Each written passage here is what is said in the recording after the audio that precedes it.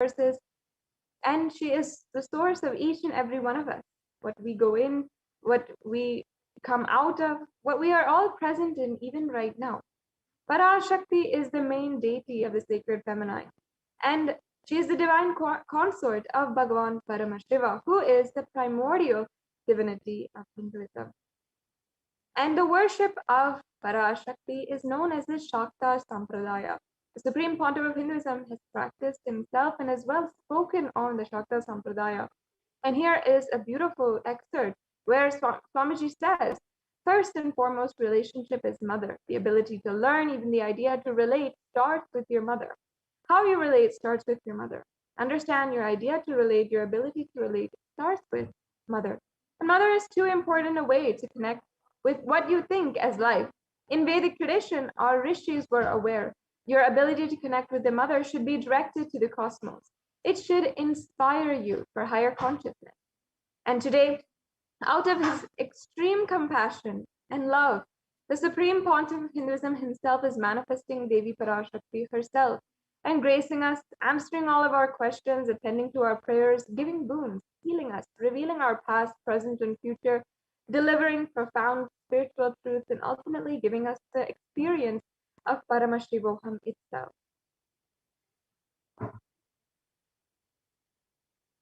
And for many of you, this might be your first time in the program. Welcome to all of you. And let me briefly introduce what is Bhava Samadhi Darshan. What are the fundamentals? What are the understandings that you need to have before heading into this program on Bhava Samadhi Darshan? Samadhi is a very important word in Sanatana Hindu Dharma, the Sanskrit word. And if you break it down, Sama means same or oneness, and Adi means source. So Samadhi together, that means one with the source. Means attitude or aspect. So together, all of that means being one with the source through a certain aspect. Therefore, being one with Parashakti is the Devi Bhava Samadhi Darshan. Being one with Venkateshwara is Venkateshwara Bhava Samadhi. So this darshan literally puts you in that beautiful space. Darshan is coming face to face with the cosmos. Darshan means to have a glimpse of in Vedic tradition. It is used to describe the moment we behold a deity, an avatar, or saint, or enlightened being. Just seeing such a being can cleanse the karmas of lifetimes and create a deep and lasting transformation in the receiver. Powerful superconscious vibration that is present in around an avatar at all times, not just when you see, but at all times. So here are a couple of fundamental concepts that you should understand as a part of the Bhava Samadhi Darshan. First, divine cosmic beings are real. They manifest from Kailasa, the enlightened time-space zone, through the deities and incarnations, and divine cosmic beings manifest through Archavatara, the deities in temples, through the Bhava Samadhi Darshans in Nijavatara, the incarnation. Bhava Samadhi Darshan is the science of Nijavatar manifesting Paramashiva, the consciousness. It is where the formless, the being of Paramashiva, expresses through the Divya Sirira, the light body, and manifests as Nijavatara, the physical form, embodied form for us to experience Paramashiva.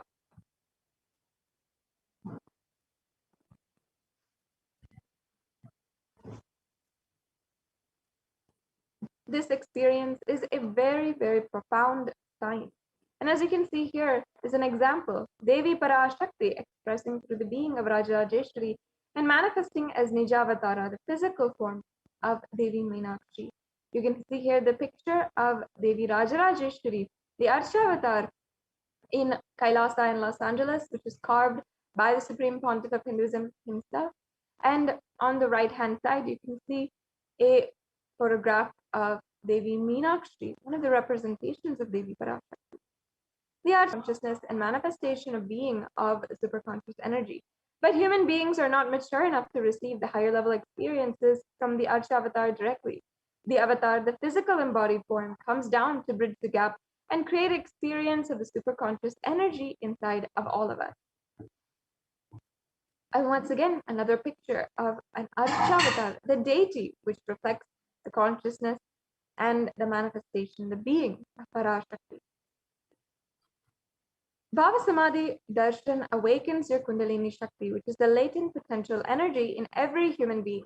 This influx of superconscious energy does two things: visibly slowing down your aging process and improving the immunity to disease.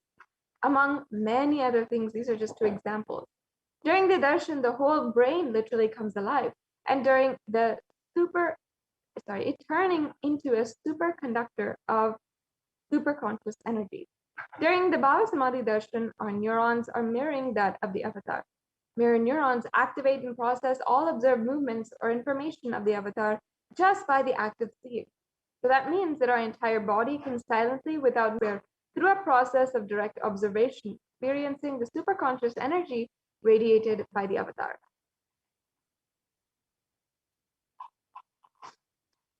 Akashic readings is not a prediction. It is a reading from the cosmic archive. Beyond space, creation and destruction happen simultaneously. And in the dimension of time starts the past, present, and future. Because Akashic readings are stored in Akasha, the space dimension, there's no past, present, and future. That is why what you call as happened, happening, yet to happen are already clearly recorded. Today, you will be able to experience some of the glimpses of the Akashic readings. And now let us be introduced to the very being without whom we'd not be able to experience these divine spiritual profundities. The Supreme Pontiff of Hinduism. The Supreme Pontiff of Hinduism, Jagat Guru Mahasannidhanam, His Divine Holiness, Bhagavan Nithyananda Paramashivam, is the incarnation of Paramashiva and the reviver of Kailasa, the ancient, macrocosmic, enlightened Hindu civilizational nation. The Supreme Pontiff of Hinduism is recognized by his predecessors, many of whom are adepts and enlightened masters in spirituality, and include Yogiram Surit Kumar and Annamalai Swamigal. And the Supreme Pontiff of Hinduism made the science of power manifestation, yoga, and temple-based universities as a lifestyle for the whole of humanity. The Supreme Pontiff of Hinduism has revived ancient indigenous kingdoms or ancient indigenous heritage, including being ordained as the 233rd Guru Mahasannidhanam, or the Pontiff of the Kanchi Kailasa Sarvagnapitam, the Tonde Mandalam Adinam, and the incumbent, he is incumbent emperor of the Surya Vamsa Surangi Samrajyam, another very ancient kingdom of Sanatana Hindu Dharma. The Supreme Pontiff of Hinduism is the present 293rd Jagat Guru Mahasannidhanam of the Shamalapita Sarvagnapitam, the Mahamandaleshwar of the Mahanirvani Akada, and the 1008th Acharya Mahamandaleshwar of the Atal Akada, is the present 23rd Guru Mahasannidhanam of the Dharma Mukti Swargapuram Adinam, and finally the Supreme Pontiff of Hinduism is elected as the Supreme Pontiff of Hinduism by a congregation of over 1,000 Hindu leaders or pontiffs. The Supreme Pontiff of Hinduism is revered as a teacher of Hinduism, who's most prolific, most viewed, read, and watched in so many different platforms in digital media, as well as the physical mediums. He's authored over 300 books and 10,000 articles in 3 languages, which are English, Tamil, and Sanskrit. And then these were further translated into 50 languages with over 1,000 titles. The Supreme Pontiff of Hinduism has distributed, sold, read, and downloaded over 20 million copies of books and articles. And the Supreme Pontiff of Hinduism as well is honored as a leader of Hinduism, the highest Hindu leader, the reviver of over 108 Hindu sampradayas, including Rudras and Rudrakanyas, Rishis, Rishikas, Bhairavas, and Bhairavis, and the Sannyasis. He's the establisher of the largest Hindu university, Kailasa's Nithyananda Hindu University in the world, with satellite campuses in countries, and the establisher of over 1,000 Kailasa enlightenment ecosystems, the founder and reviver of over 100 Sarvagnapitas, and the collector of the largest Hindu library with over 1 million books, 1 million palm leaf scriptures, and over 20 million digital books. These are all becoming available fastly on nithyanandapedia.org and several other online platforms, which I invite each and every one of you to join us by liking and subscribing in all of our social media platforms on Facebook, Twitter, YouTube, and different social media platforms. As you can see here,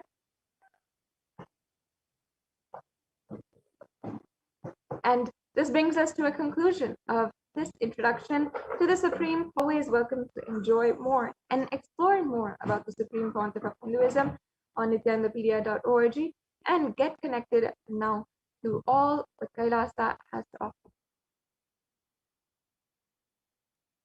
A look, a word, a touch. Power of initiation. Diksha is the direct transfer of spiritual energy by an enlightened being through look, word, or touch. The traditional Vedic book Navaratneshwara states, Sarvasamapi dikshanam muktihi phalamakhanditam avirodhat bhavantyeva prasangyastu bhuktayaha. The main benefit of all initiations is moksha, enlightenment. As a side effect, health, wealth, leadership and well-being happen.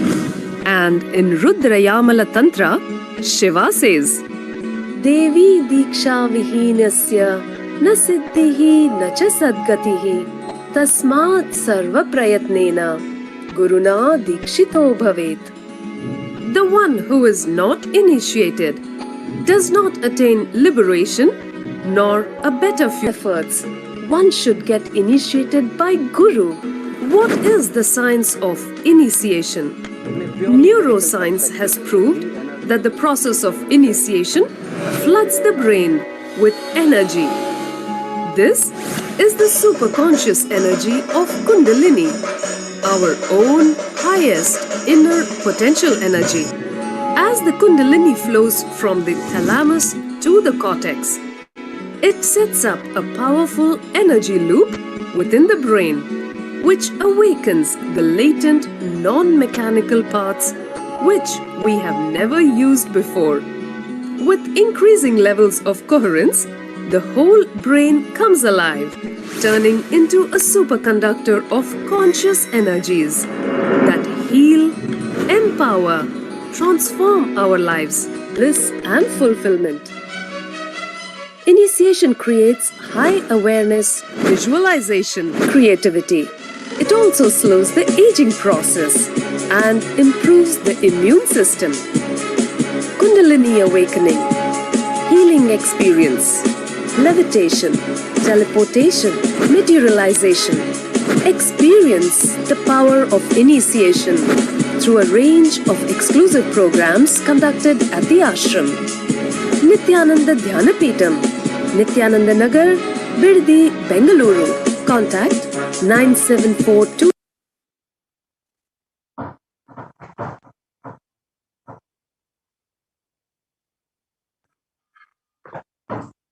We'll be entering into the next segment of today's program. Paramashivoham Om Nithyananda Paramashivoham Om Nithyananda Paramashivoham Om Nithyananda Paramashivoham Nithyananda Paramashivoham Om Nithyananda Paramashivoham Om Nithyananda Paramashivoham Om Nithyananda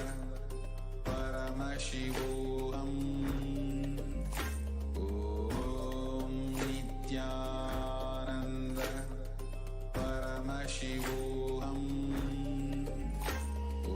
Om Nithyananda Paramashivoham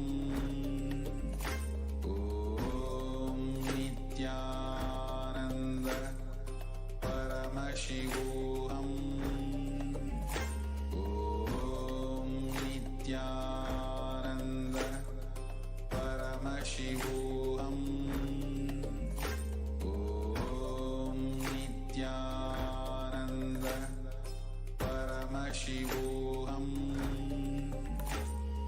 Om Nithyananda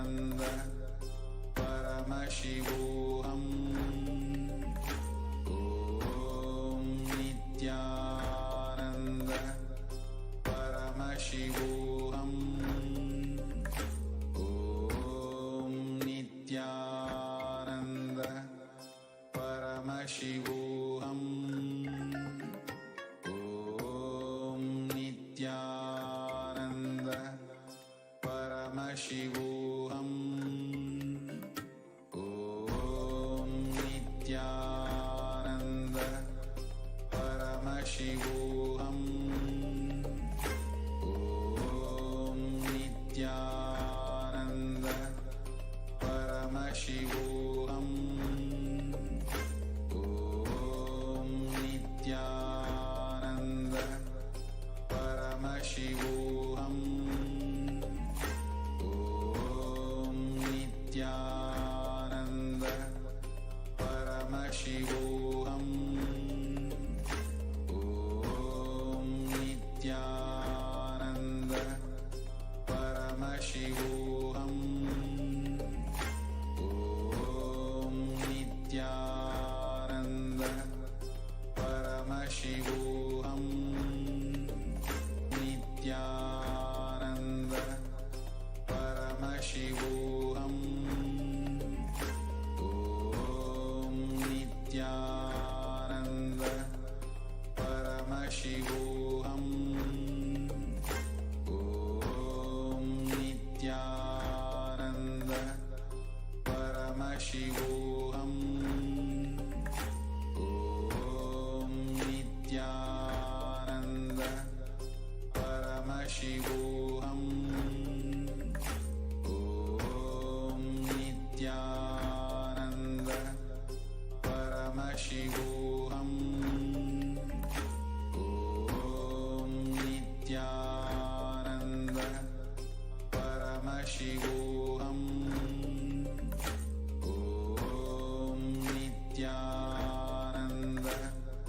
Paramashivoham.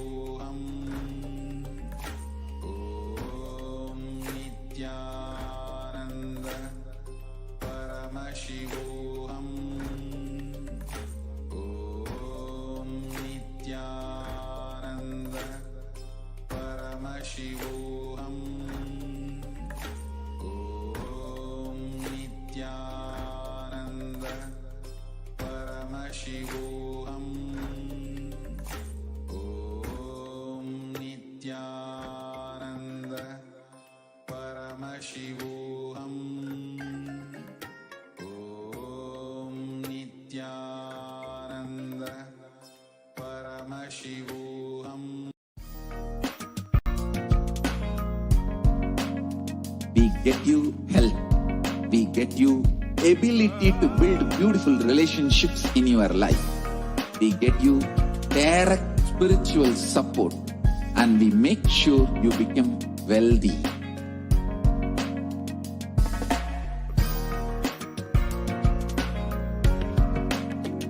We won't stop giving you just good life. We will literally not stop till you live enlightened life. Manifesting the state of Paramashiva, space of Paramashiva, powers of Paramashiva, being of Paramashiva.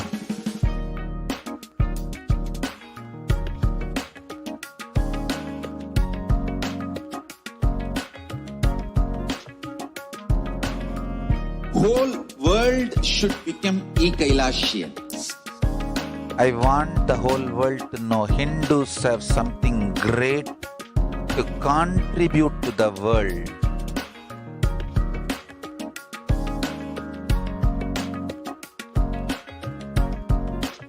We have something great to contribute to the world. Let us do that.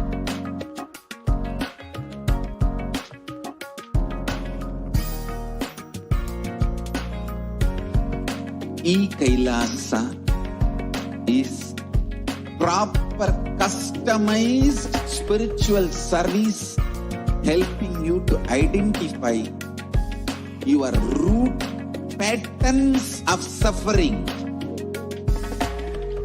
We have perfected the science of helping every individual from every cultural, religious, nationality background.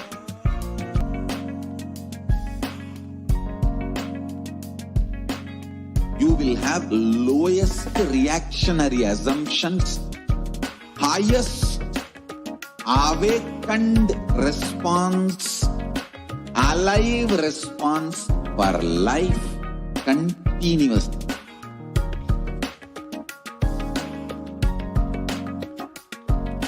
E-Kailasa is enlightened enlightenment ecosystem, literally enlightenment itself in your own home, wherever you are.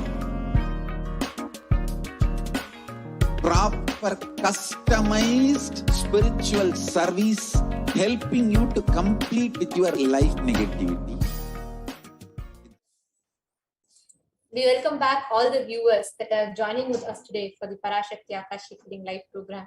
And with a lot of celebrations just around the corner, the festivities has already filled the air of Kailasas all around the globe. And today, as all of us are preparing for yet another beautiful Parashakti Akashic readings, let us all now enter into the segment of manifesting the extraordinary Shaktis. Now we all learned about who the avatar, the supreme pontiff of Hinduism is. And in this segment, let us see what it means to have an avatar in our lives. What it means to have the Shakti Pata, the transmission of extraordinary experiences through the avatar, through the initiation. In the Vedagamas, the source scriptures of Sanatana Hindu Dharma, Paramashiva reveals in elaborate detail about 463 extraordinary Shaktis, divine powers, for which human beings are hardwired to be able to manifest. And there's a system, method, everything elaborately explained, the science for human beings to explore these various dimensions. So these extraordinary powers are of two types, Shaktis and Siddhis. Shaktis are the powers which express from the space of enlightenment as a side effect of deep feeling connection or integrity with the Guru. What manifests is called as Shaktis. Siddhis, on the other hand, are powers that manifest from your tapas, your penance, and it is in the path of enlightenment, whereas Shaktis are from the source of enlightenment. Siddhis are not permanent, and the Siddhis may divert you from enlightenment, whereas Shaktis of Paramashiva manifest through ordinary human being in an extraordinary way, and that is just by an initiation of the avatar, and these Shaktis are permanent. Paramashiva, the primordial divinity of Sanatana, these Shaktis in detail in the Vedagamas. He is a self-effulgent Swayam Prakasha, all-pervading, unchanging, beyond time, space, form, and causality. As a fundamental base, manifested as Avyakta, the unmanifest, manifesting into Vyakta, the manifest existence, he performs the Panchakritya through which he maintains the whole universe, which is Srishti, creation, Sthiti, sovereign rulership and maintenance, Samhara, rejuvenation, Throbhava, pulling out of delusion, and Anugraha, liberating grace for all living entities. Today, Paramashiva himself, as a prayer to the, as an answer to the prayer of thousands of beings, has assumed his physical embodied form, walking the planet Earth in his 1008th incarnation as a supreme pontiff of Hinduism, Jagadguru Mahasannidhanam, His Divine Holiness Bhagavan Shri Nithyananda Paramashivam. As the avatar of Paramashiva, Swamiji has taken the responsibility on himself to give the superconscious breakthrough to the humanity. SPH was birthed as an avatar, an incarnation at a very young age. He was in various different aspects and dimensions. The Supreme Pontiff of Hinduism was birthed, including disciplines of Vedanta, Tantra, Sri Vidya, Yoga, Yogic powers, Mantra Shastra, Siddha Vidya, Science of Aushadha, Advaita, Bhakti Yoga, Paramashiva Jnana, and Paramashiva Jnana. To the right, you can see so many enlightened beings, adepts, Siddhas, Siddha Purushas, Yogis, Yoginis, have took up this intense penance to birth the avatar.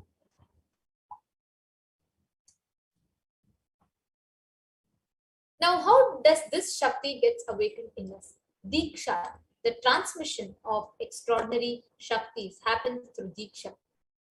Now, every jnana, every powerful cognition being mapped into our prajna, being manifests as a power of the being, prajnana.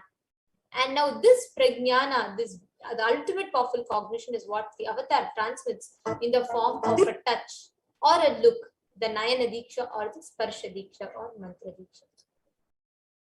Whatever science that we are learning are not any mythological, some magic or some trick. No. These are verified scientific sciences. The science of power manifestation and every other science that Swamiji is reviving from the greater science called Sanatana Hindu Dharma.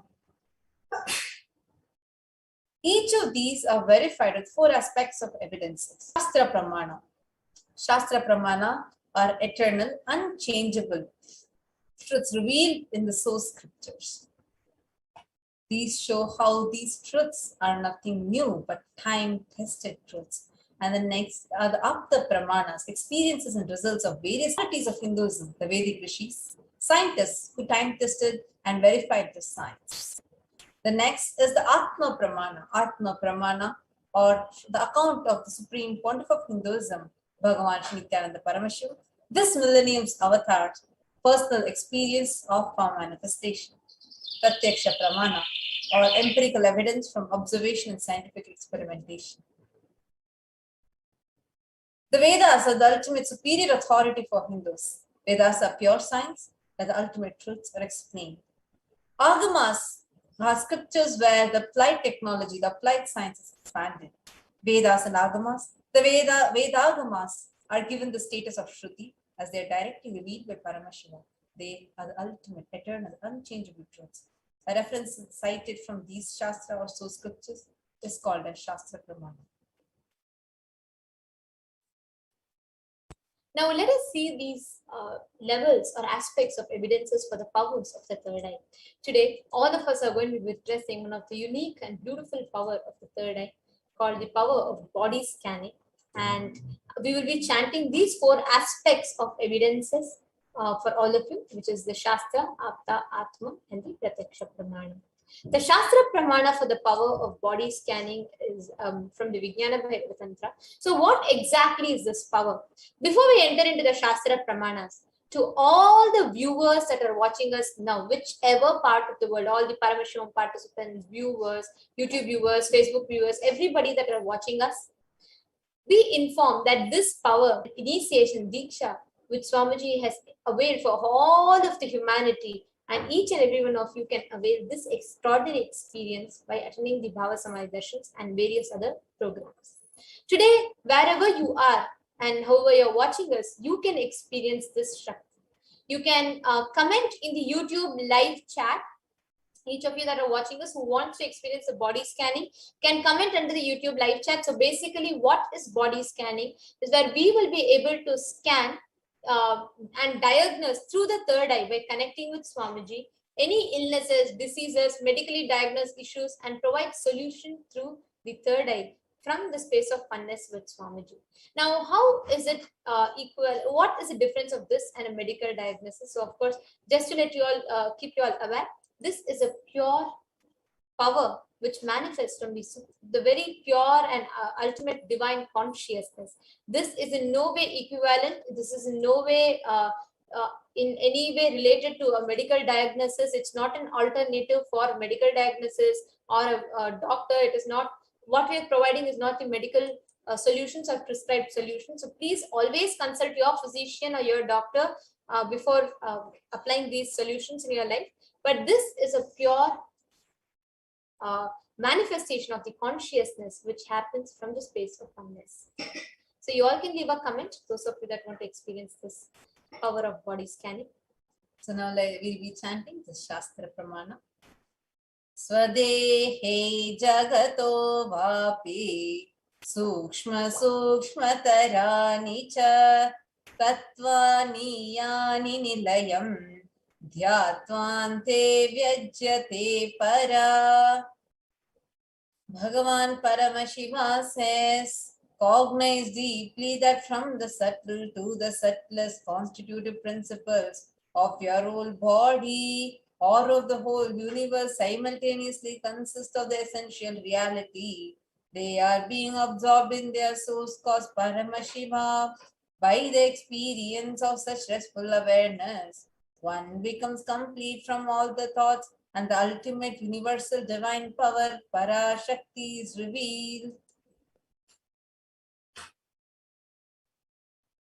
The Abdul Pramana is from the a beautiful life of a great enlightened being who was a prominent disciple of Agastya. And one day, a man was suffering from a severe head infection, and he came to Agastya. And Agastya uses the power of body scanning and identifies the root cause of the headache. He reveals that there's a small terai, a type of a frog, sitting in the person's brain.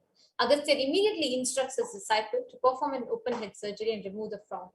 After which, the surgery is completed successfully and the person is healed and cured of the headache, thus gaining the name Teraya.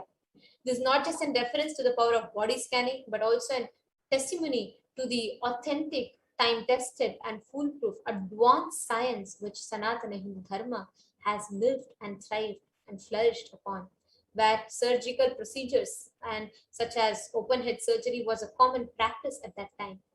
Now, this same extraordinary science and Shakti has been manifested and demonstrated to the whole of humanity directly by the avatar himself.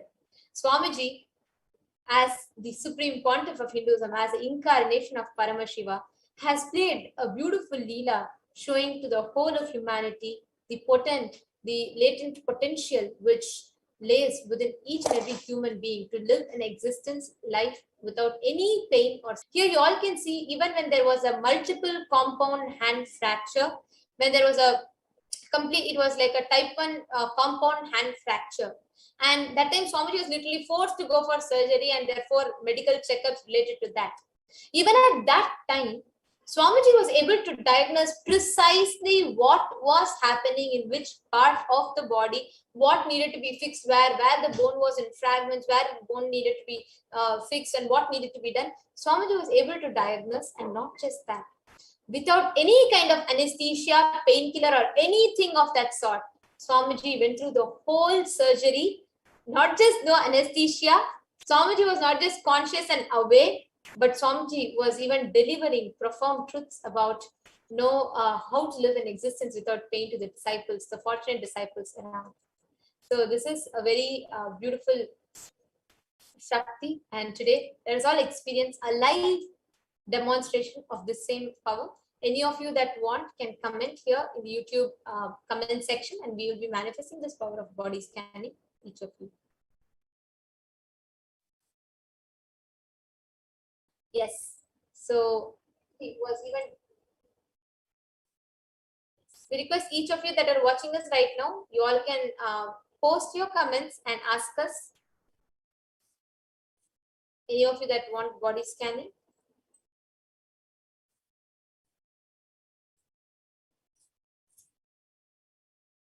We can see many of you, Ma Paramashivoham, Ainar Zaya, and Kaur Aya. Many of you are posting your comments, expressing your love and gratitude.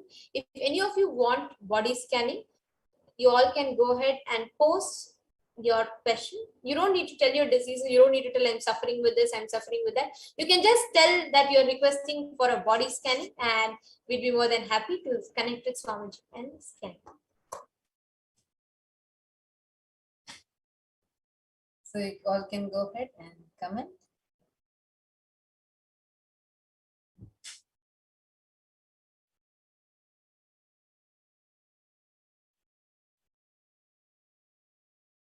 Ainar Zaya, I can see actually you have requested, I wanted a body scanning for me. Last few days I feel quite low on energy, feeling lethargic and tired. And you have requested for a scan. Aya, I just wanted to let you know, and the suggestion from my side to you, Aya, please, I would really suggest that you can actually apply the solutions of what you have already received through the third eye when the Balasans are connecting to Swamiji and sharing it with you. And once you do that, you will naturally see that will even clear the impacts, the cascading after effects of your previous health issues. So I strongly suggest that you apply these solutions and you see how you're able to walk out of the problems, how Swamiji is giving you these solutions. And after that, you can come back and ask. But the solution itself, the solutions given through the third eye for one particular disease or anything, that itself will have an impact of healing all over your body. So we also have Sauravaneja and Masni Murali who have commented. So Sauravanejaya is, yes, yeah. And now I'm going to be scanning your body. I'm going to be sharing with you whatever Swamiji is revealing in the third. And Ma Sumi Muralima, I will be scanning your body. You have requested for please scan my ear, eye, and body. Sure, Ma. I will be scanning.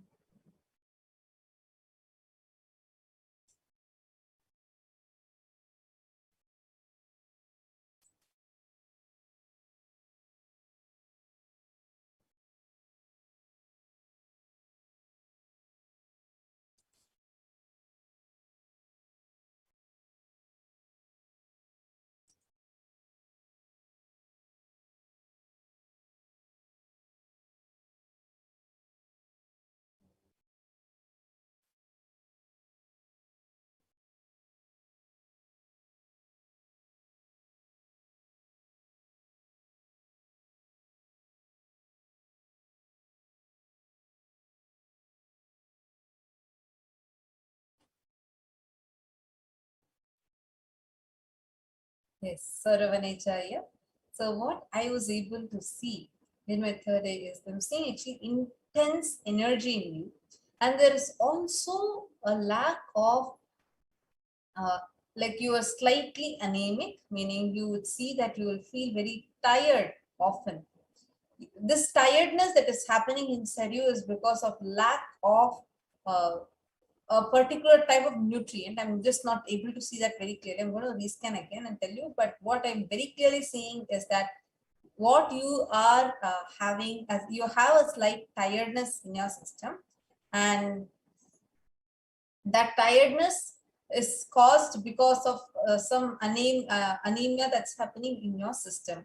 And I'm also seeing here last few days, the potassium intake of yours has reduced significantly.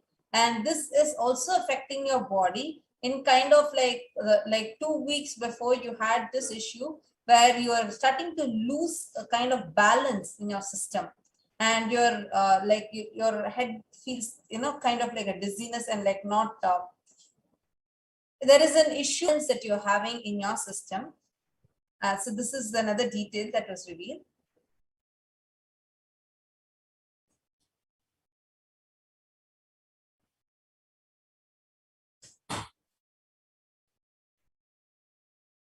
There's a small fear sitting inside you here, where that a fear of losing something, but at the same time you want to go beyond it, and that fear is gripping and sitting in your abdomen.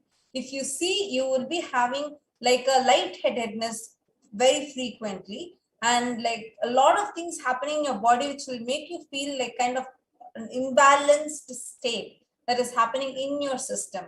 And the stomach also would be feeling there is lightness, but at the same time you're feeling kind of an uncomfortable feeling in the stomach. And this is happening because of this one fear that is sitting inside you. And every time that fear gets aggravated, gets triggered, you will see the impact that it has on your body is much more. It's like if you are if like there's an intense fear that happens in you, how your body would react, how the hormones would secrete. So that's the same thing you go through every time when this fear gets triggered. This is the fear of losing something, but at the same time you are willing to go beyond it. So it's like there's a contradictory thought which is sitting inside you, which is and you're holding on to that one fear. And I'm also seeing here, you earlier used to have a vision problem, like the clarity that you see in your eyes, and that used to be there, but now it has reduced significantly. That means your vision is also become much more clearer than before. And but I'm seeing this lightheadedness and like a kind of like a dizzy feeling and an imbalance that's happening in your system. So you can confirm these. If you're able to relate to these, you can confirm these symptoms on the comment section. And Ma Sumi Murali, just wanted to share with you what I saw, Ma. But the first thing that I saw is on your left shoulder near the neck and on the base, at the base of your spine, you will see that many times you experience a pain, like kind of a stiffness and a rigidity. In your whole body, there'll be a lot of rigidity, like not a very free-flowing movements. And mainly, Ma, to the left side of your body, at the base of your spine also. And the root of it, what I saw is there's a lot of gastritis problem in your stomach. And that is causing the whole gastritis problem is causing lot of pain, which is not directly from your muscles or from the bone. It is because of this gas in the body which is causing this pain. Second thing, there will be, if you see, even the gastritis problem in your body is causing the pain or kind of a pressure, like how in flights and all, when you're taking off, right? If you go to a higher altitude, you'll have that pressure in your ears. You'll feel like it's blocked. Many times that will happen to you and you just feel like there's some kind of a noise or annoying thing that's happening in the ear. And that is because of this gastritis issue in your body, Ma. You don't need to do anything. Just have every day, have ginger, boil ginger, have ginger water. Just consume ginger water in empty stomach every day morning, so that all this gas in your body leaves. This is the main cause of pain in your body. Even if you see, you'll always feel like your stomach is very bloated and it is not clear, it is not proper. And you will, even if you have not eaten, you will feel like it's extremely heavy. Your appetite is imbalanced. So all of this is because of this gastritis. This is the main problem. And I also saw that your blood sugar level, it's in the border. It is still not completely in your blood sugar levels are not high, but it is in the borderline. So please make sure you're eating the right diet. Just immediately you need to attend to that. This one thing will completely heal your body of the ear pain, body pain that you're having. This gastritis is a main problem. Even if you see your joint pains, especially the regions I saw as your knee, the left side or near shoulder and next to your neck, and the base of your spine. These are the places that I saw where you often have some pain in the body and rigidity. This is all because of gastritis. And this is what I saw. Please do have ginger water every day, and you will see it will give you a drastic improvement. And Saurabh just said, thank you, Ma. Yes, on intense energy flowing. Lightheadedness was there when I did water fasting before Vijayadashmi. We'll get checked on potassium, Ma. Swamiji is dissolving the fears. Great, Aya. One other important thing that I was able to see is that there is a fear which is like very close to you. If that fear breaks, there is actually, if you observe, Aya, there's a small phase of time where all of a sudden you just feel empty inside. And there's like, you're not sure of what you're doing. There's a kind of like a self-doubt, everything at the same time comes. And it is not that you have any negative thought, but you just feel like there's like a lot of emptiness that happens inside. And that emptiness that is happening inside is creating a kind of like it's not full power. I wouldn't say powerlessness because it's not negative, but you just feel like, like lost. This happens to you this has started happening to you quite frequently, but there is nothing to worry about. Instead, you just need to switch from the fear. If this one fear breaks, you will experience intense love instead of attachment. And that when that attachment breaks and intense love is experienced, you will start seeing that whole feeling that you're going through. Suddenly you will feel like so much of clarity is happening on you inside you about the path that you have chosen and the path that you're progressing in. So this is another detail that is really, you can acknowledge here. And apart from that, I do not see any other issue. I do see a minor issue on body aches where it's happening in the back, but these are like just muscles, like just the tiredness of the muscles. I do not see any significant disease as such in your body. So you can acknowledge this also in the comments. And there are other viewers as well, math preparation and instant healing and meditation. All of you are asking for body scanning, and we'd like to apologize. In the interest of time, we'll be moving on to the further segments, and each day at around the same time, we'll be having the extraordinary Shakti's manifestation session. So you all can tune in, and even for each of you to experience every day after the darshan, at the end we have the manifesting powers, the Kailash Kotyat session. We request and strongly recommend each of you to tune in to make these extraordinary Shaktis as your experience. And this brings us all to the conclusion of this session. And stay tuned, we'll be entering into the next segment after short.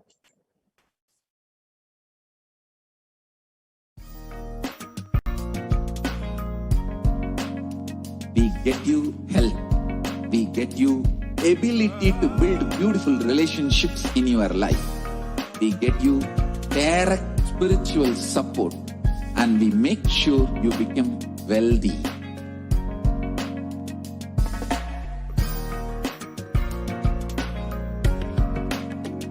We won't stop giving you just good life.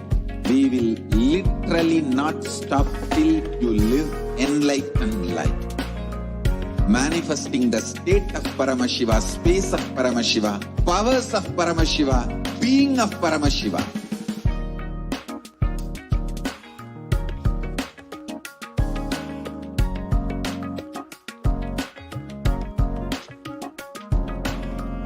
Whole world should become e-Kailashians. I want the whole world to know Hindus have something great to contribute to the world.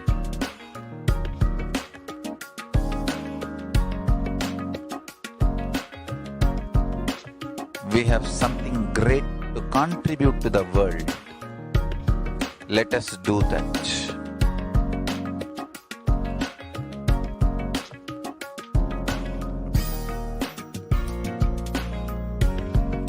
E-Kailasa is proper customized spiritual service helping you to identify your root patterns of suffering.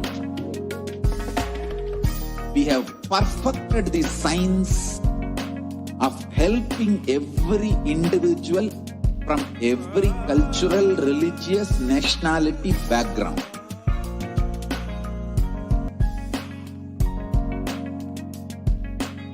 You will have lowest reactionary assumptions, high awakened response, alive response for life continuously.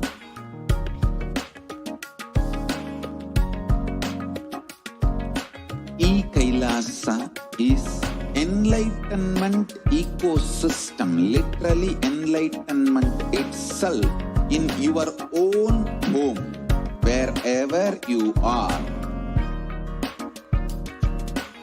Proper customized spiritual service helping you to complete with your life negativity, withdrawal from life, self-hatred, self-denial, self-doubt, so much of tiredness, laziness. We can support you aligning your diet, your attitude, your aptitude, your understanding about life. We can help you with everything.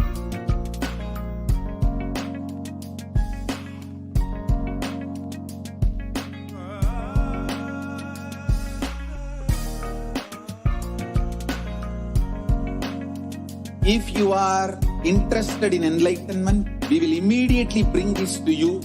If you are not interested, we will explain the whole science, inspire you, and make you interested in enlightenment time.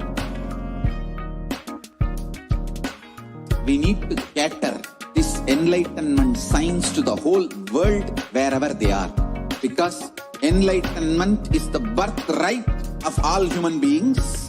Kailasa is responsible to provide that to all human beings.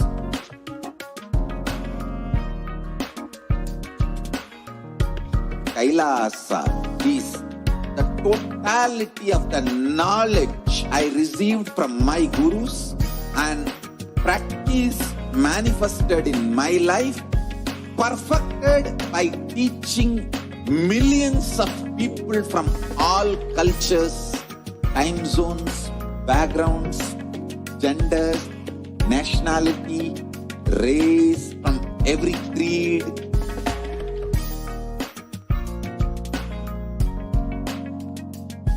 So this absolutely available to you, served to you in your home without even you moving out of your couch, free of cost.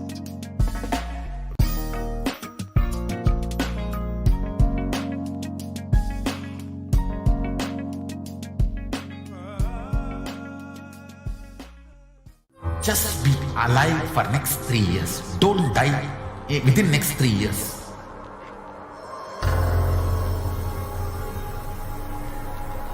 Just don't die within next 3 years. Be alive. Somehow be alive. I'm working sincerely.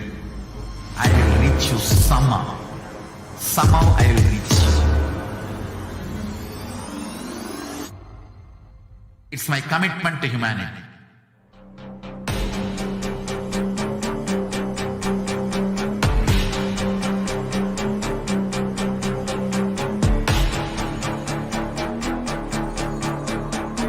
Just don't die within next 3 years. I will reach you wherever you are. Nithyananda, welcome back to all of the viewers after that very, very powerful, extraordinary powers demonstration for each and every one of you. I hope that each and every one of you had the chance to be able to ask your questions and receive a enlightened and understanding of your, perhaps any of your ailments, any of what is happening inside of you. Now, let us enter into the next segment of today's program, the introduction to Devi Parashakti. Let us be introduced to who is Devi Parashakti and begin with the chanting of some of the Dhyana shlokas of Devi Parashakti. These beautiful descriptions of Devi are very powerful ways that we can invoke her presence and pray to her that we establish ourselves in oneness with Devi Parashakti. So once again, welcoming each and every one of you back to the program after that very quick break. We'll now be beginning the next segment in today's program for Devi Parashakti. Shortly after that, we will also be understanding the glimpses into what all Devi Parashakti, manifesting through the Supreme Pontiff of Hinduism, has shown us and revealed to us over the past few months, that she has been continuously manifesting through the Supreme Pontiff of Hinduism at her utmost compassion. So yes, now let us enter into this segment. Let us begin by chanting the Dhyana Shloka of Devi Parashakti. Sit with your head, neck, and spine in a straight line and deeply remember this presence of Devi. Sindhuraruna vigraham trinayana manikyamauli spurat taranayaka shekaram smitamukin mapina vakshuruham panibhyam alipurna ratna chashakam raktopalabhribritim saumyam ratna gatastarata charanam dhyayet paramambika. And the English translation says, the divine mother is meditated upon as shining in vermilion red body with triple eyes sporting the crown of rubies studded with the crescent moon, a face all smiles, a splendid bust, one hand holding the jewel cup brimming with mead and the other twirling a red lotus. And now let us chant the next Dhyana Shloka of Devi Parashakti.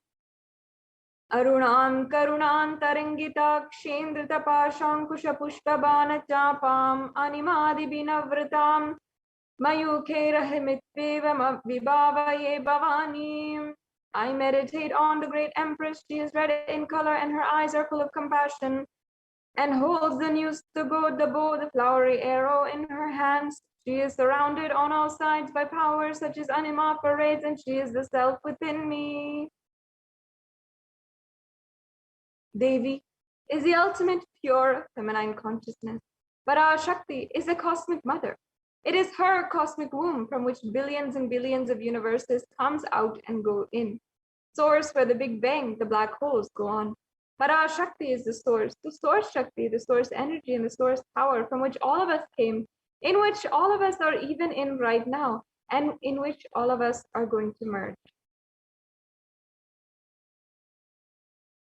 And out of her extreme love and compassion, Parashakti herself is manifesting through the embodied form as Nijavatara of the Supreme Pontiff of Hinduism, Jagadguru Mahasannidhanam, His Divine Holiness Bhagavan Nithyananda Paramashivam, gracing us, answering all of our prayers, giving us boons, healing us, revealing our past, present, and future, delivering the profound spiritual truths, and ultimately giving us the experience of Paramashivoham itself. And in the words of Parashakti herself, she declares to the whole world, raising as Omkara, expressing as the Vedas and Agamas, blossomed as Kara, filled as Parashodasi, living in the 40 triangles, the Kailasa Swamini, who is Kailasa's Tripura Chintamani, Parashodasi, sitting as part of Paramashiva, Parameshwari, who rules the whole world, Paramashakti, Manonmani Meenakshi. As Nityananda, I took the Nijavatara here to give good boons to everyone, to bestow all goodness, Hiranya Garbha Swarupini, Brahmanda Yoni, Shami, Chandramauli, Rapala, Aparna, Uma Parvati, Savitri, Navayavana, Samrajalakshmi, Parameshwari, Parashodasi, Meenakshi, taking the form of Nityananda, I came here as Nijavatara with great compassion. I am blessing, listen, people. To do good to all of you, I took the form of Nityananda and came down as Nijavatara. And she continues, raising in Omkara, blossoming as Shiva, Shiva manifesting as the source of existence, powers of existence, expression of existence from the oneness of womb, blossoming into two as Prakriti and Purusha, blossoming as three Shaktis, the Icha, Kriya, Jnana Shakti, growing as four Vedas, expanding as five Panchabhutas, beyond the six chakras, filled as Gotras of seven Rishis, expanding as eight directions, existing as nine grahas, creating all the worlds, bringing life to tell and make truth blossom, and to do good. Parashodasi, Meenakshi, in the form of Nityananda, I came to bless every one of you.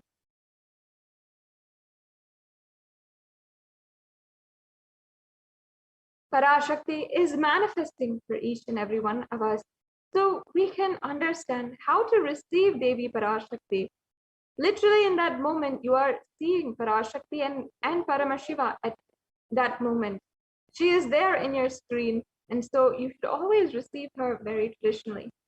There's a beautiful way in Sanatana Hindu Dharma, which is very simple but powerful way to receive the divine. You can just keep 2 betel leaf, 1 banana, a betel nut, and 1 coin in front of the screen and watch Devi. Coin is considered as the traditional dakshina in the Hindu tradition. It can be the lowest value in India. It can be even 1 paise. In the USA, it can be a cent or any amount of money. It's not that the Supreme Pontiff of Hinduism here is trying to monetize. You can keep even 1 cent, 1 paise, $1, whatever it is. After some time, it'll add up to something more. And you can always then make sure that you are sending this to the Kailasa in Los Angeles at the end of the year, perhaps, or when it accumulates. And you can have a beautiful connection with Devi Parashakti. You will understand, you will see that just this one offering of the Dakshina has so much of impact. It breaks our monotony and it adds so much to your sentiment that really Devi Parashakti is there. And you will not take this Devi Darshan for granted. Rituals, doing these rituals and partaking in the rituals will break your monotonous, unconscious mentality, lifestyle, and remind you and raise you to the powerful cognition. It will break your unconscious behavior. And so here are a few examples, as you can see, of the betel leaf, the banana, the betel nut, and the coin. So as you can see, all of these are the different items that you can offer in the tambulam, and you can purchase these from a local store, local Indian store if you have one nearby you, or if you need, or of course if you're in India, these are items that you can find in just around the corner. So make sure that for every darshan you are participating and you're offering this tambulam, and it's a beautiful way that you can cherish your relationship with the divine. With this, we're coming to a conclusion of this introduction to Devi Parashakti, and now we'll be going into the next segment of the various different revelations that Devi Parashakti has made for all of us. More than 6 months now, the Supreme Pontiff of Hinduism has been continuously manifesting with back-to-back Devi darshans and answering our questions, giving us boons, healing us, and attending to each and every one of us, especially during this time of the Pralaya. It is a very important time to connect to Devi Parashakti. And in this next segment, we'll be reminding ourselves of what Devi Parashakti has said and the revelations that she has done for the world.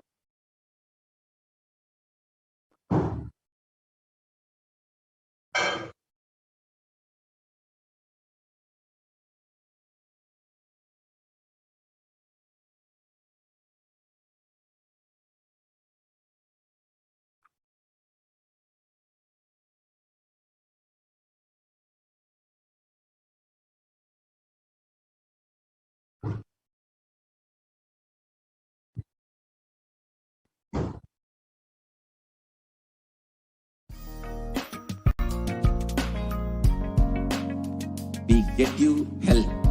We get you ability to build beautiful relationships in your life. We get you direct spiritual support, and we make sure you become wealthy.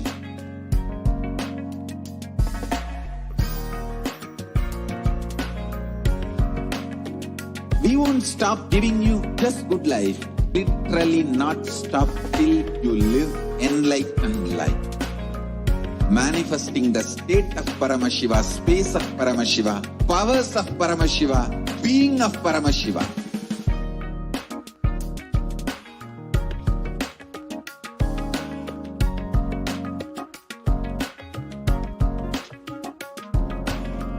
Whole world should become e-Kailashians.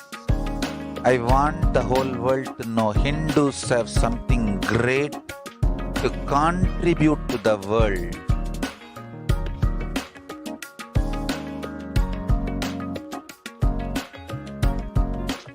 We have something great to contribute to the world. Let us do that.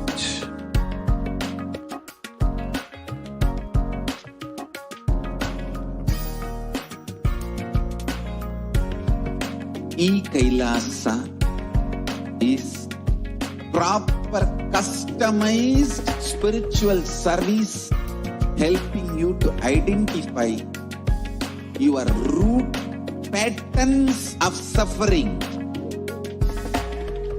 We have perfected the science of helping every individual from every cultural, religious, nationality background.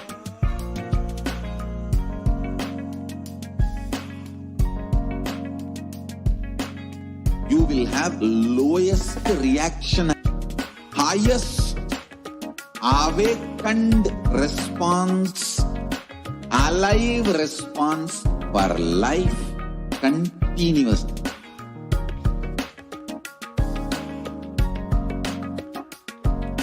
E-Kailasa is enlightenment ecosystem, literally enlightenment itself in your own home, wherever you are. Proper offer customized spiritual service, helping you to complete with your life negativity, withdrawal from life, self-hatred, self-denial, self-doubt, so much of tiredness, laziness. We can support you, aligning your diet, your attitude, your aptitude, your understanding about life. We can help you with everything.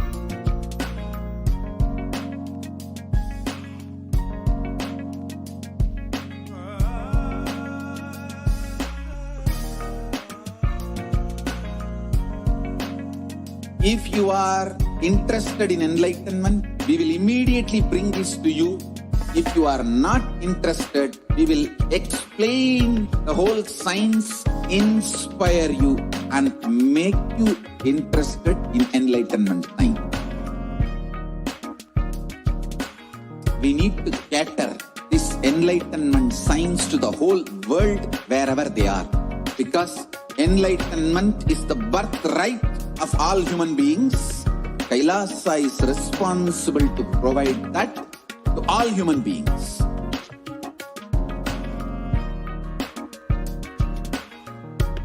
Kailasa is the totality of the knowledge.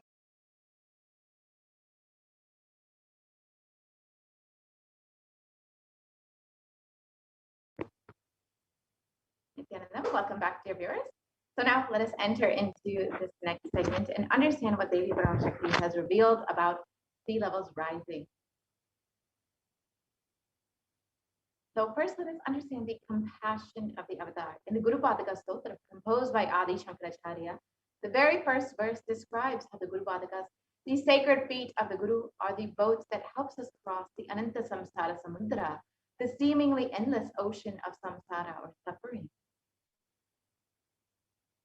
And in this verse, Adi Shankaracharya explained, salutations to the sandals of my Guru, which is a boat which helps me cross the endless ocean of life, which endows me with a sense of devotion to my Guru, and by worship of which I attain the dominion of renunciation.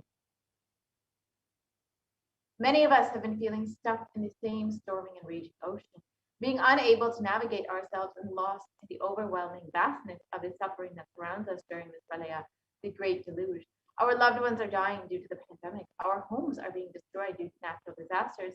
Social institutions are crumbling around us, and the whole of humanity is in a desperate and dire need of hope. It is at this time that the Supreme Concept of Hinduism, the incarnation of the cosmic superconsciousness, out of its love and compassion, having taken the spiritual responsibility for the whole superconscious breakthrough of the whole of humanity, is manifesting Devi Parashakti, the cosmic mother, and guiding and healing the whole world as literally the boat that sails us through this pralaya, the cosmic deluge. Devi Parashakti is herself manifesting through the Nijavatara and answering each of our prayers, granting boons, healing us, manifesting miracles, removing all of our pain and suffering. And Devi has not just attended to us individually, but also as a humanity at large. Devi Parashakti has guided the whole of humanity in the form of revelations of profound sacred secrets of Sanatana Hindu Dharma, and by showing us the future regarding global issues, the COVID pandemic, natural disasters such as fires, floods, and more, and even the twisted human conspiracies and underground wars, which have not surfaced to common knowledge as yet. And in this segment, we will be elaborating on the statistical, scientific, and scriptural reference of each sacred revelation, which has manifested precisely as the same guidance emerged from Devi Parashakti, for us to imbibe deeply and to start following as Devi Parashakti continues to protect us until the storm ends and we are safely harbored at the shores of our country. So let us look at what Devi Parashakti has revealed about sea levels rising from the Cosmic Archive on the 19th of May 2021.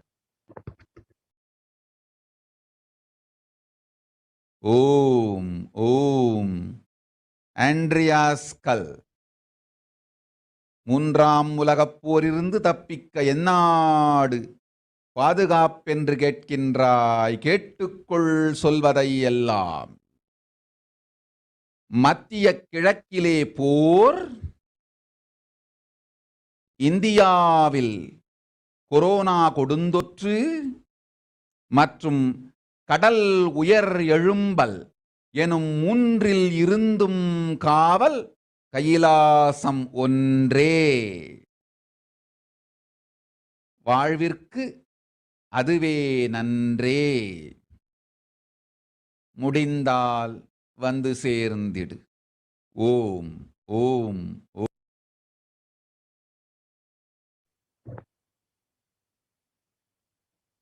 So let us understand Devi Parashakti's revelation mapped into English. Devi reveals, you are asking which country is safe to escape from the Third World War. Listen to everything which is said: war in the Middle East, deadly corona in India, and rising sea levels. Protection from all these is one and only Kailasa. Only it is good for life. If possible, come and reach Om, Om, Om. On the 19th of May, 2021, while answering the prayer of one of the devotees, Devi Parashakti, manifesting through the Supreme Concept of Hinduism, warned about the sea levels rising and the cascading effects of climate change crisis on humanity. Exactly as Devi Parashakti revealed, the very next day, on the 20th of May, 2021, the biggest ever iceberg broke, which was 70 times the size of Manhattan, posing a huge threat to humanity, causing sea levels to rise. Let us now see the scientific articles about sea levels rising as per Devi's revelation.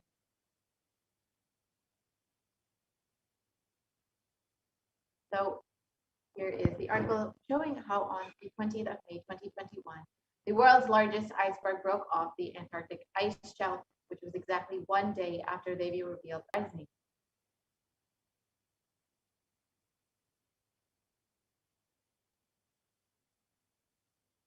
So let's now understand what modern science also has to say about sea levels rising. Even if, according to current research, even under the most modest scenarios, scientists expect that sea levels rising will affect the Earth's coastlines significantly in the coming years. And even according to this graph, even if sea levels are CO2 emissions are curbed to zero by 2100, we will still see sea levels rising up to 1 meter in the coming years. And if CO2 emissions continue at the rate that they are, the high rate that they are, we could see up to 5 meters of the sea levels rising in the coming centuries.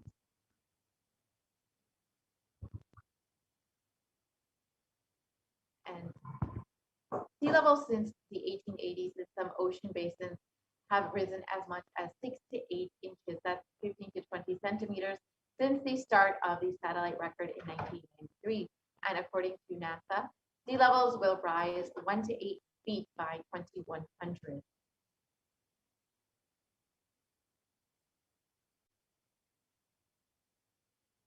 And many of us may be feeling that sea levels rising may not be directly affecting our communities or our families, but in the United States alone, almost 40% of the population lives in relatively high population density coastal areas. And globally, 8 of the world's 10 largest cities are near a coast, according to the UN Atlas of the Ocean. So 40% of US communities, or 40% of the US population, and many communities across the globe will be doing the effect of sea levels rising. And even communities that are living more inland will also be experiencing these effects. It's not just communities that are directly on the coast, but even communities that are living inland will be experiencing these effects as we see more and more sea levels rising. We'll see this in the next slide.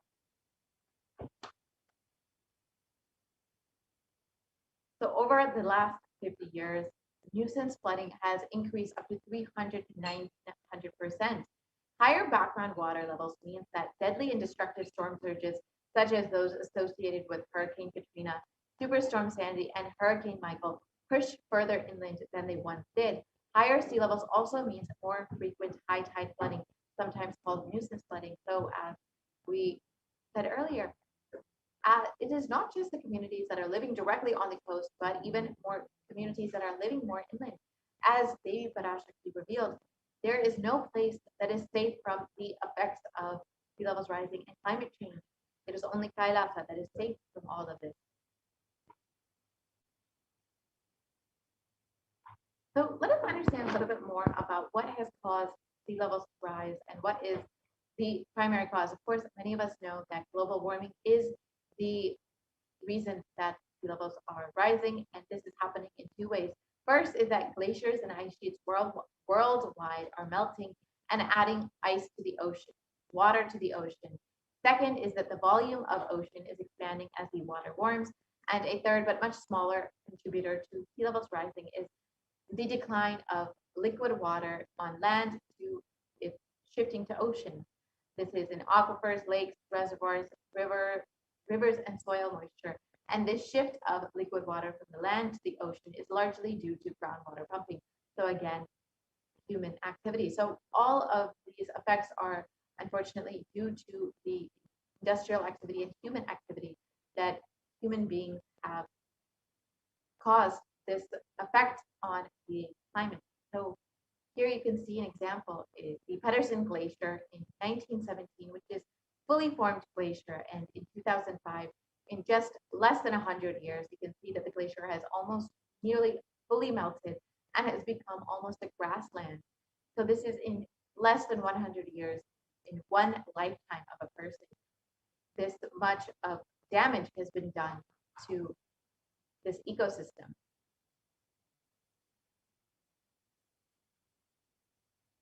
And the pace of global sea levels rising has more than doubled from 1.4 millimeters per year throughout most of the 20th century to 3.6 millimeters per year from 2006 to 2015. So while most of the 20th century, it was pretty stabilized at 1.4 millimeters per year, it drastically has increased over the last 2 decades to 3.6 millimeters per year. And Greenland ice loss has also drastically increased over the last few decades. Between 1992 and 2001, the Greenland ice loss was around 34 billion tons per year.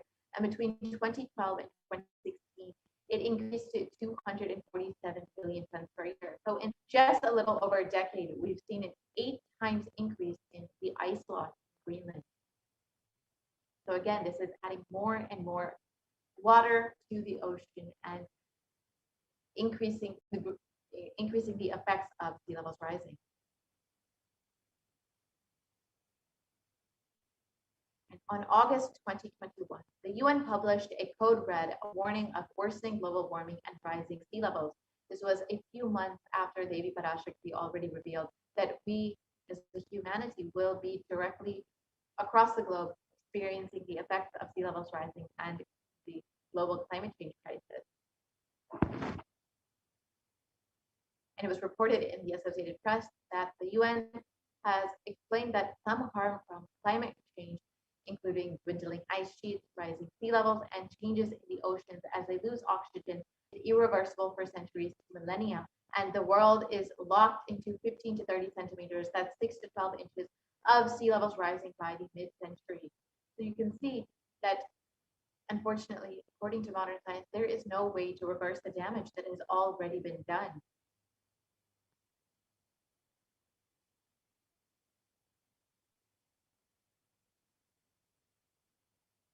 And even if we are able to significantly curb emissions in the coming decades, more than a third of the world's remaining glaciers will melt. And when it comes to sea ice, 95% of the world's oldest and thickest ice in the Arctic is already gone. And as we are seeing the sea levels rising, as Devi Parashakti has revealed, this climate change crisis and sea levels rising there's no place across the globe that is safe from all of this. It is only Kailasa that has the protection of Devi Parashakti and the supreme concept of Hinduism. And we've seen how many natural calamities in the last 2 years have affected the globe, whether it's been the floods in China, in India, we've seen floods in the US most recently, and of course Germany, where the have seen devastating floods. In one report, it was stated that more than 150 people are still missing in these German floods and are unlikely to be found.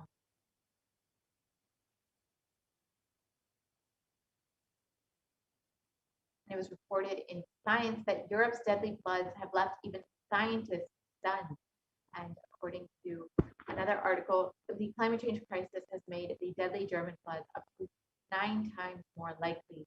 So as we can see, as Devi Parashakti revealed, there is no place that will be safe from the effects of climate change and sea levels rising.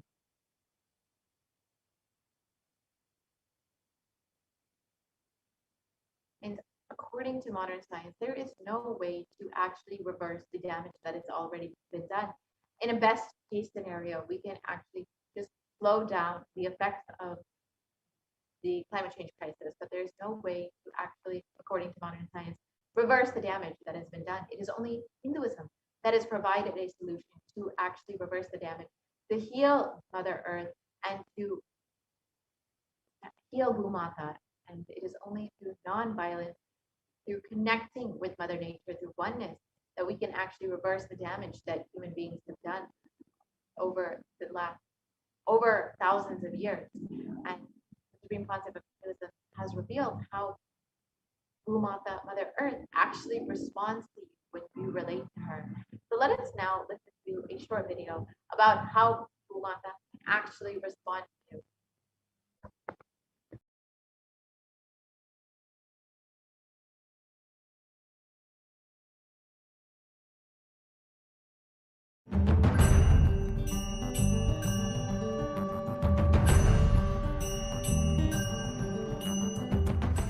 The human beings have become so distanced from the real life, are ready to explore things.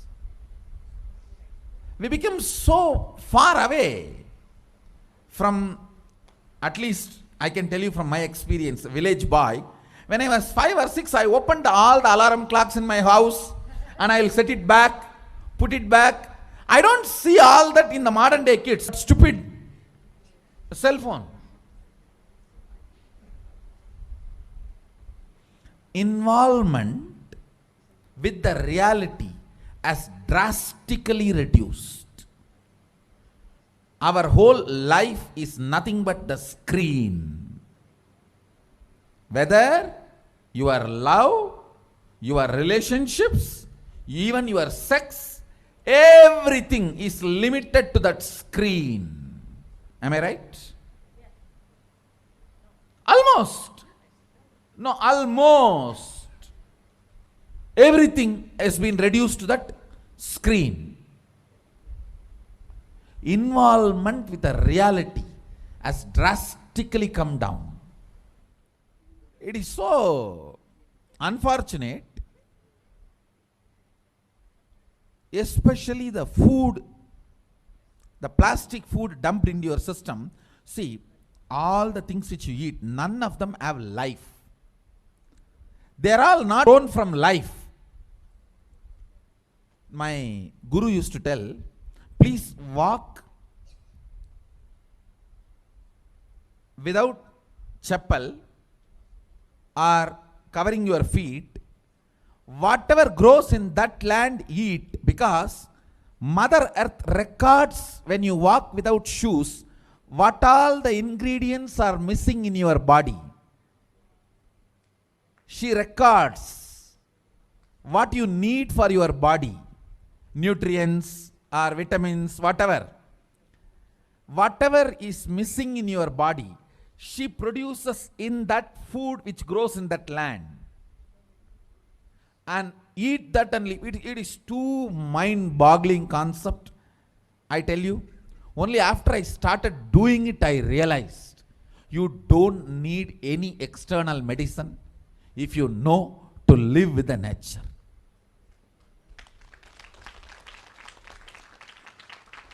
Mother Earth, Bhumata, walk on the earth without shoes. In that land, what grows? will supply exactly what you need for your body.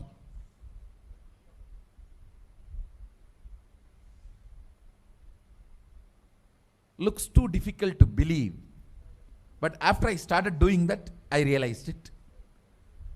Your body does not need any other medicine, anything else. Actually, maybe 2 years before, due to this continuous classes, day and night, and in the night time, the web-based programs for the outside India, all these, my whole eating habits have gone chaos, and no question of rest. It became like a too much on the system. So I had some stomach issues. I remembered my guru telling this, walk on the earth and what grows eat. So I started walking without chappal for a few days. Suddenly I saw in my courtyard a new plant coming up. No seed, nothing, just coming up. I was wondering what is going on. How come suddenly, between the rocks, new plant coming up. And one of the devotee Ayurvedic doctor, he said, Swamiji, if you can get this plant and add it in your food, your stomach will be completely healed. I said, where to get? When he walked into the courtyard, he said, this is the plant. This is the plant. And throughout the campus we searched, we did not find another one. Nobody knows from where the seed has come, from where the plant has come. Understand, it is not that just for me miraculously nature is doing. It is the nature's life. I was ready to play with it, so she showed the miracles to me. Anybody willing to play with her, she shows her miracles to you. Nature is miraculous. If we are ready to play, she shows it. She demonstrates her love, her care. If we go back to the food with life, our life also will start more interacting, more alive, more vibrant, more overflowing.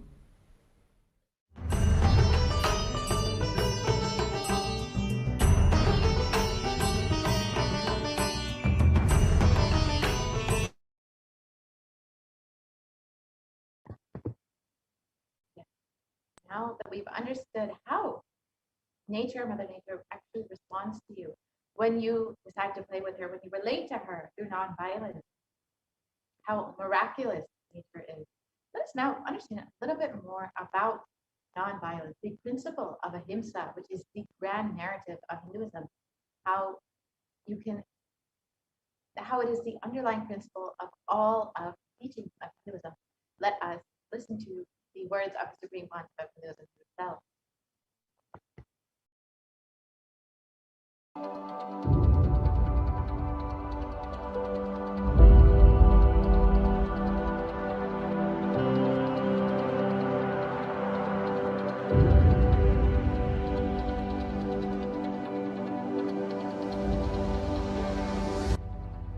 We often believe that exacting revenge is a form of emotional release and that getting retribution will help us feel better. Especially this modern day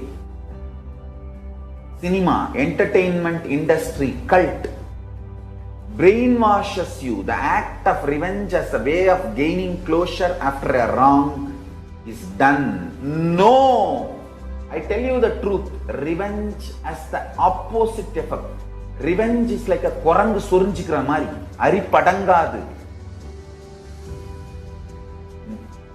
They say that monkey feeling itching and scratching itself is never going to settle down. Till that monkey dies, it will not settle down because it will create a wound and it will not keep quiet with that wound. That same wound it will scratch more and more. And it will be more infection, finally the monkey will die.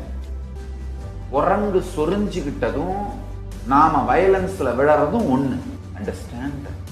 Mass media, cult, entertainment industry, TV and cinema, cult is brainwashing you, telling that revenge is heroism, violence is heroism.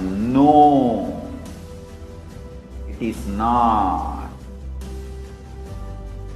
Non-violence is heroism. I tell you, in every level, violence as a strategy. Because you see, non-violence makes you realize more and more oneness. It strengthens the oneness. Oneness strengthens the non-violence and non-violence strengthens the oneness. You need to understand the context. Only then you will understand how this non-violence can be a successful strategy. If you miss one or two components and do it out of wrong context, it will become a mess. It will become a laziness and non-involvement. Laziness and non-involvement is not non-violence. Don't use non-violence brand and tag to justify your non-involvement and laziness. No. That's what Arjuna was trying to do in the Arjuna Vishada Yoga. He was telling Krishna, oh, why should I kill people? Why should I kill people? Let me go away and become a sannyasi. Oh, Dubukke, this fellow, when he went to do tapas in the forest also, he got married to a girl. Every time this fellow goes for tapas, whether he brings boons or not, he brings girls. Alright, no disrespect to Arjuna, is incarnation of Nara and Narayana. So no disrespect to Arjuna. Non-violence should not be misconstrued or should not be used to portray your non-involvement and laziness, tiredness and boredom. Hinduism is actively enriched. World will become great place. Not only we are a non-violent tradition, we believe in consciousness. We have the science of consciousness, raising the quality of the humanity. We believe in it, we spread it, we live it. We be, live, believe.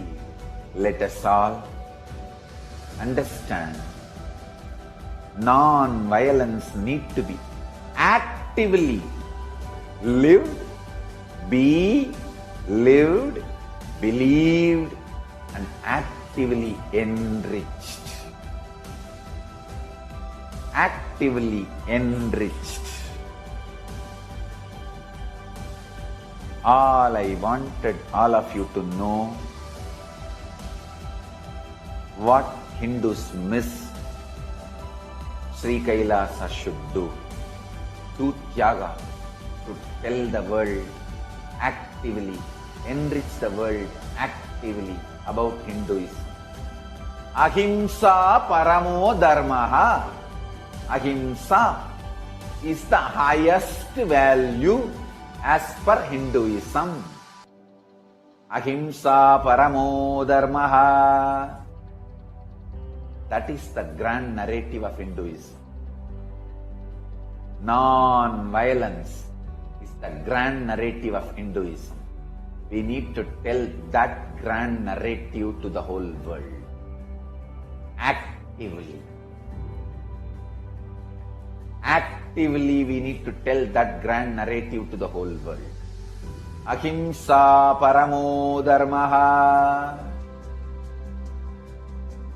Tyaga, non-violent, unclutching, all these are not inactive, tamasic, inertia, lazy, tired, bored, withdrawn lifestyle. Non-violence means not only you will be non-violent, ahimsa, established in ahimsa, you will actively practice ahimsa and enrich everyone to live ahimsa. You will create an ecosystem where Ahimsa can be practiced with integrity. Understand? All the infrastructures needed to keep the non-violence ahimsa alive. Media is the non-violent way of reaching out to people and telling the real truths and facts.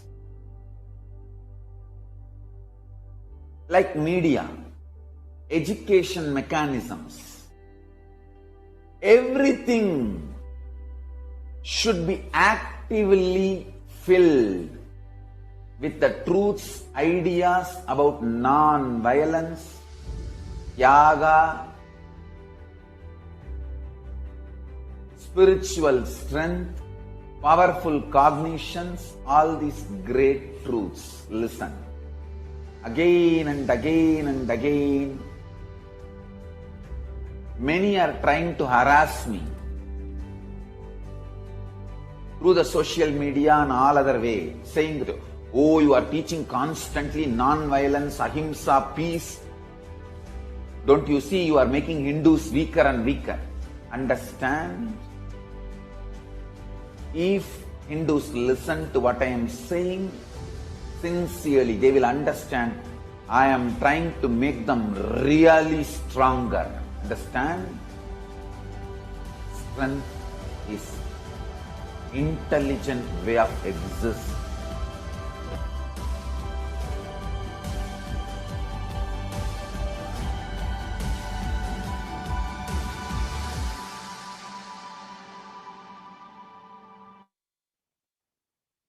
You can sign up to learn more about the principles of Hinduism, the teachings of Hinduism, which Supreme Pontiff of Hinduism is sharing with the world. And you can sign up to be an e-Kailasha today. You can go to kailasa.org and sign up.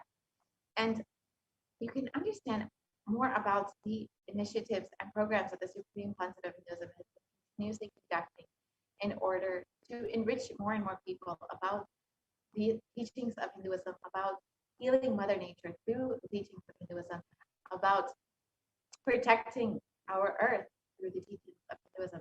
So you can learn more and visit kailasa.org and sign up to be an e-citizen of Kailasa. So now with this, we will be concluding this portion of the program, and we will be entering into the next segment very shortly, where we will understand some of the various offerings that we can make to Devi Parashakti. As all of us know, Devi has been continuously manifesting in order to guide us, bless us, protect us during this time, during this Pralaya. And if you are just overflowing gratitude for your cosmic mother, stay tuned for this next segment where you can learn some of the offerings that you can make to Devi Parashakti, to Swamiji, who is manifesting Devi Parashakti to guide, heal, and bless each and every one of you. So now, let us enter into the offering segment. And recently, the Supreme Pontiff of Hinduism, Madheshwara, has revealed that when you have the intention for making an offering, the intention to offer a offering to the divine, it is only because the divine is manifesting through you. It is only because the divine has graced you with this intention, because the divine is ready to shower upon you. Swamiji is ready to shower upon you. So when you have this intention to even make an offering, you should feel ever so grateful, because you are receiving the divine grace and blessing of Swamiji, of Devi Parashakti upon you, who is just waiting to manifest through you. That is why you're even having this intention. So let us enter into this segment and understand the significance of an offering. An offering is a giving of a divine gift of pure love, devotion, and oneness, and it consists of two parts, the giving and the accepting. And only when the divine accepts what one offers, the offering becomes complete. Offerings are not made out of fear or out of greed. But when an avatar lands, the offerings are purely a part of the grand lila, played out for the only purpose of enlightenment.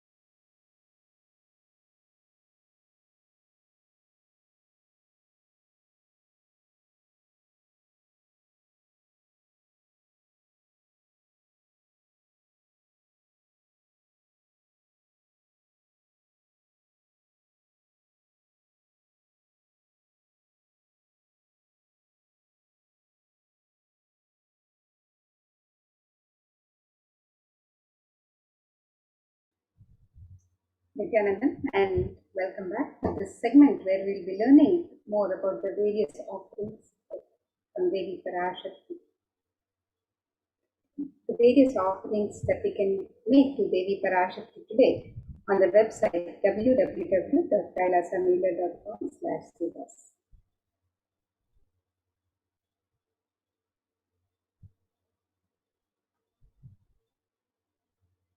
In the Hindu tradition, the offering is a gift of love and devotion and oneness of the devotee. And when the divine accepts what one offers, the offering becomes complete. The offerings are not made out of fear or greed, but it is a pure expression of the sacred sentiments of the devotee for the divine. And when an avatar lands, the offerings are purely a part of the grand lila played out for the purpose of enlightenment.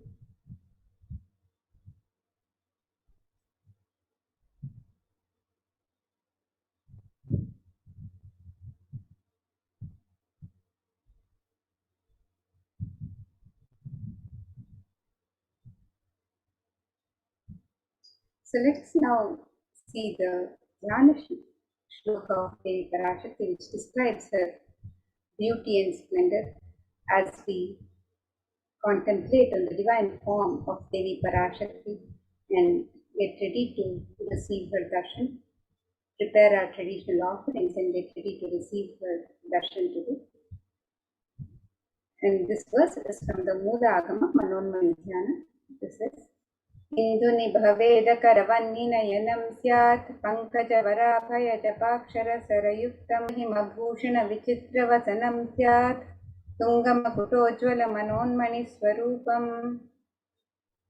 The translation of this verse, it says, moon-like face holding the Veda book on hand, fire in eyes, with lotus flower gracing and blessing hands, and one hand with Japamala, beautifully decorated with jeweled ornaments and wonderful clothes and shining crown. Her name is Manonmani.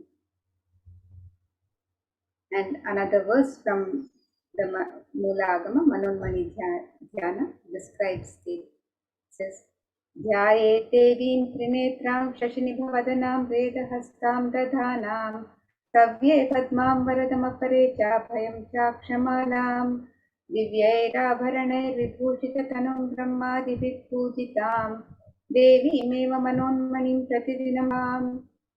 The translation of this verse,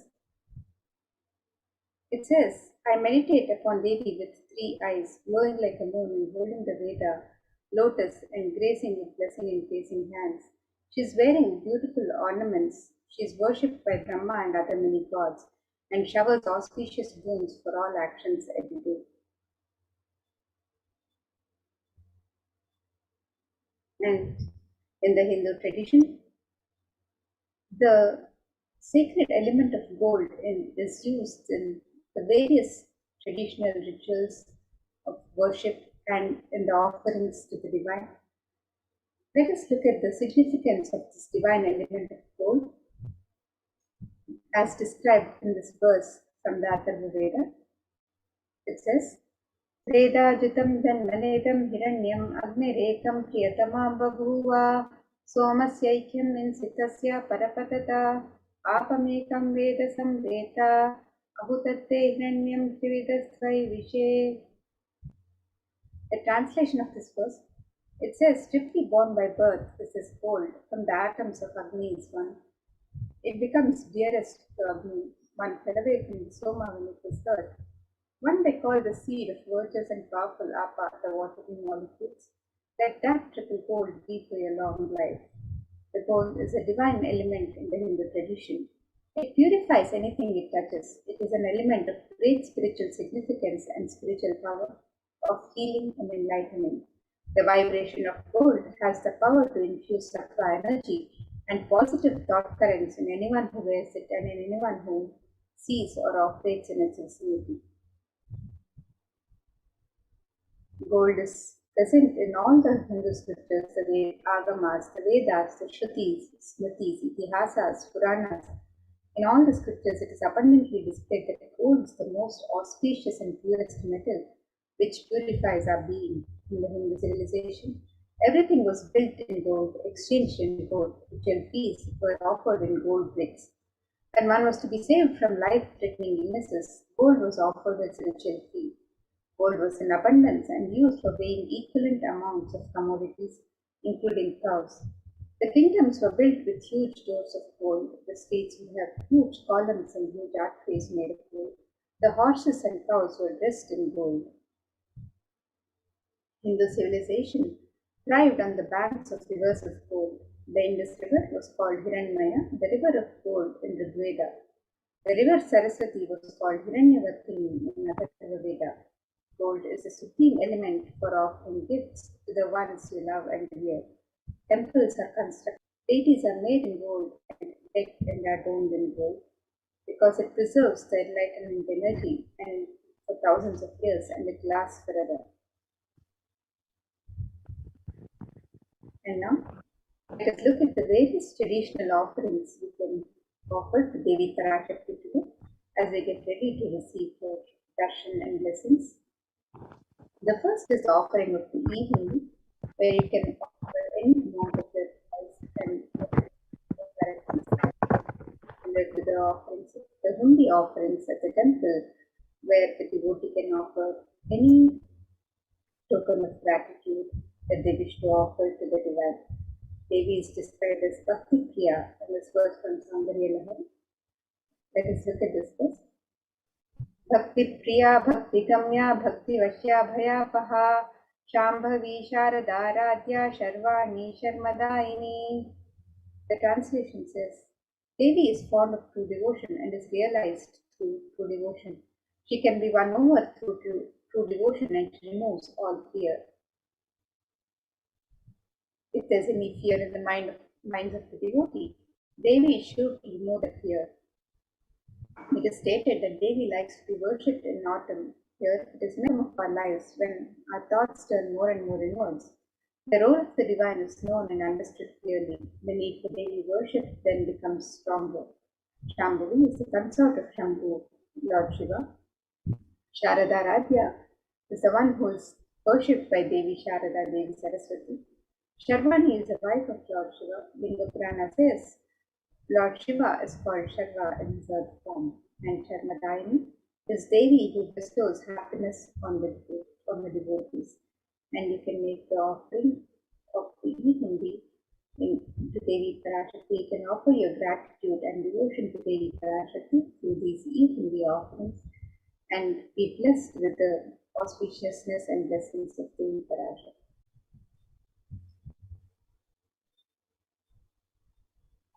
And the next offerings that we have are very special offerings that you can make. Here we have the Sankalpa chanting, and I'll be chanting the Sanskrit verse that refers to the significance of this Sankalpa. Sayetam mohate vishvam shaiva vishvam prasuyate saya chitta cha vijanam prishtarudim prayachati. And the English translation says, the goddess enchants this universe and she herself gives birth to this universe. That goddess, being created without interest in anything, gives a knowledge that leads to salvation and gives wealth in the materialistic sense. This reference is from Devi Mahatmyam, chapter 12, verse 24. And today, offering this Sankalpa blesses any one of you with all of the fruition and desires and wishes that you are yearning for.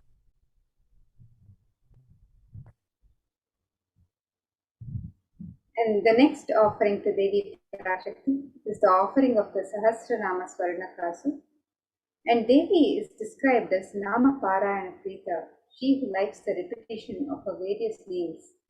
And this offering of the Sahasranama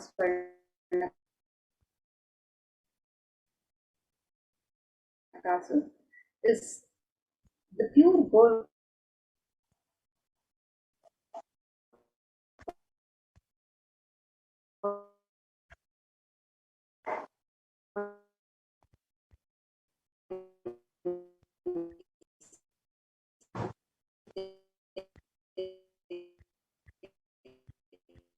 the names of Devi Parashakti, Veru of Devi Parashakti, and you can make this offering wish to offer. And with each coin, which the devotee is also blessed to imbibe these very same divine qualities of Devi Parashakti. So you can make this offering of the Sahasranama Swarnakastu on the website www.kailasamela.com/seva.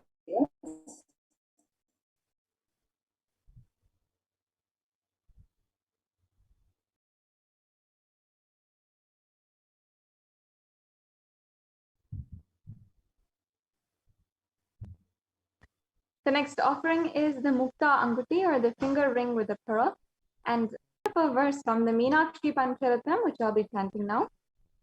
Muktaharanala Kirita Ruchiram Purnendu Vakta Prabham Shinjhannu Purikinkini Manidharam Padma Prabhava Suram Sarvabhita Palapradam Girisutam Vani Rama Sevitam Meenakshim Pranatosmi Santatamaham Karunyavaram Nidim. And this verse translation says, I bow down to the goddess Meenakshi, whose crown has garlands of pearls and face shining like a full moon, who wears anklets that are studded with gemstones and that have small bells, who is shining like the splendor of a lotus, who grants all the wishes, the daughter of the mountain, who is worshipped by goddess Vani and Rama. I remain ever bowing to the goddess Meenakshi, the ocean of compassion.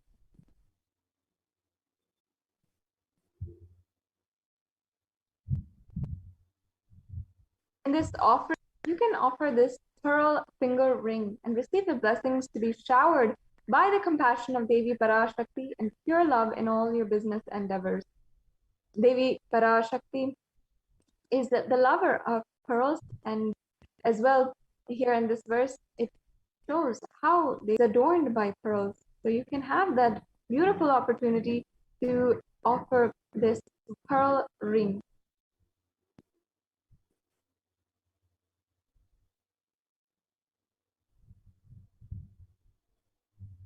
And the next offering to Devi Parashakti is the offering of the Swarna Padma Pushpa, the gold lotus flower.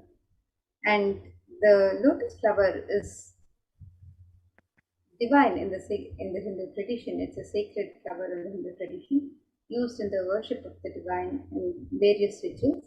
And this verse from the Kamika Agama describes one of the many significance of the lotus flower in the worship of the divine. We'll be chanting this verse now.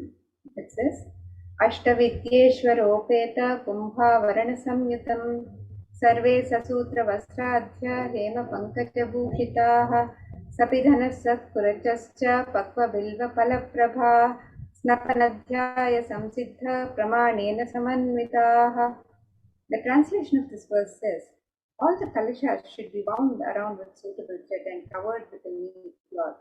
They should be adorned with lotus flower made of gold. And there are hundreds of scriptural references in the Hindu scriptures to using the lotus in the worship of Paramashivoham. Almost everything in the worship of the ultimate involving the consecration of deities of worship or meditating on the mudras or asanas used during worship involves the lotus flower, the lotus pericarp, the lotus petals. The lotus is a divine flower in the tradition. The Shakti of Paramashiva is also called the lotus. The base of the Paramashiva linga is a lotus. The disciple of Paramashiva is also considered a bloom.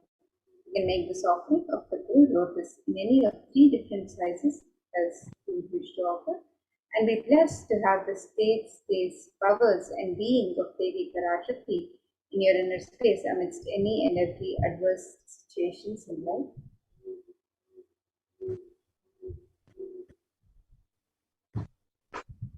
Next offering is the beautiful Swarnamati, the golden toe ring. And there is a verse from the Lalita Sahasranamam which describes the glory of the toenails of Devi Parashakti. That I'll now chant. Nakhaditi samjana namajjana tamo guna padadvaya prabhajala parakrita saroruha.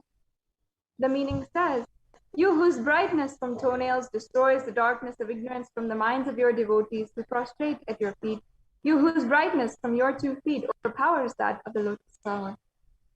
It's a very beautiful verse from the Lalita Sahasranama describing the toenails.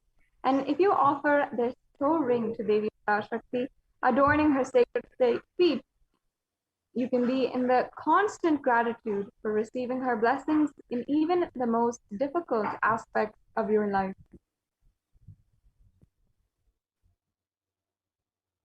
And the next offering to Devi Parashakti is the offering of the Swarna Mangatika, the gold hairline jewelry.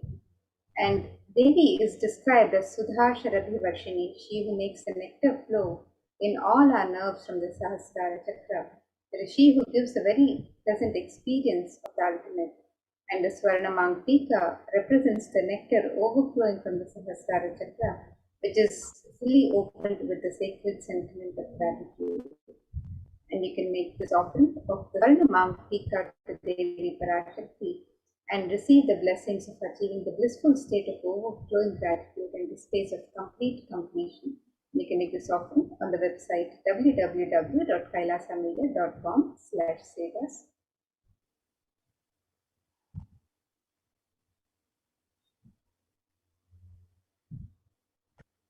Yes. And the next offering we have is the Pratyaksha Pada Puja. Once again, the verse here describes the illumining splendor of Devi's toenails. This is the same verse which we had just chanted before. And this is Slokam number 83 of the Saundarya Hari, which states that the nails have been sharpened by constantly being touched by the crowns of celestial. Before Devi, Tamoguna is darkness, and in this stotram, tamas is indicative of ignorance in the minds of devotees. And for Devi, the ignorance is removed and they attain knowledge. Whether it is Adi Shankaracharya, who had sung the lyrics of the Gurupaduka Stotram, or even Satya Sai Baba in the modern day, who has sung the greatness of offering worship at the Guru Charana, or even the Supreme Pontiff of Hinduism, who has spoken so much, initiated thousands into the Pada Puja and the Guru Puja as well as Shiva Puja, and the Guru Tattva, the initiation into the beautiful Guru-disciple relationship. Guru is the utmost being who in Sanatana Hindu Dharma is worshipped the most and revered the most. So offering this Pratyaksha Pada Puja will bless you with all the auspiciousness and blessings of the Supreme Pontiff of Hinduism, and you can manifest the reality which you want.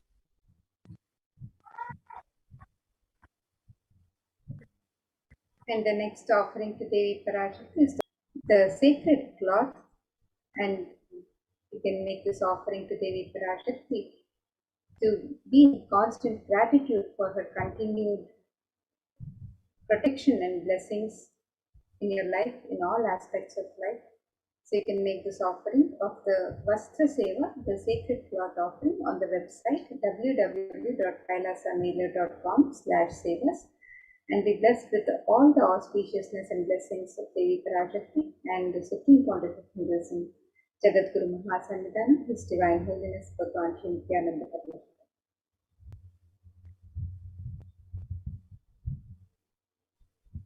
Table of all of the different offerings that we are being able to present to you today.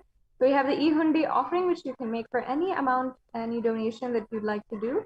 The Sankalpa chanting, which is just $1 for the offering. The Devi Sahasranama Kasu, which has 3 different denominations that you can choose to offer, $75 or up to $251.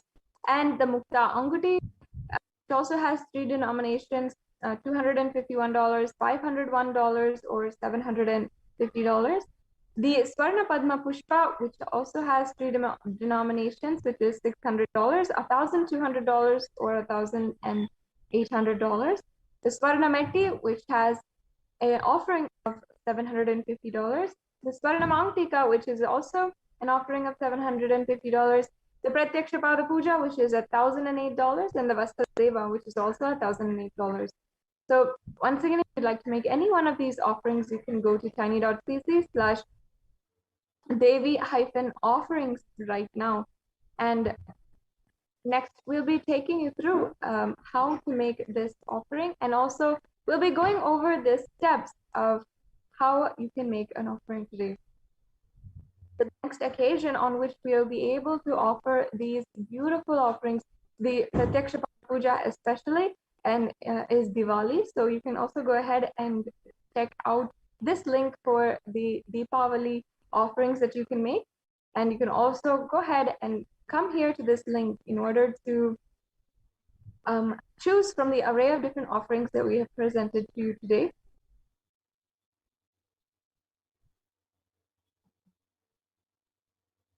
So you can click on the links on step 2 for making the offerings to Devi Parashakti, the traditional offerings of the ornaments and sevas, and also the offerings for E-Hindi.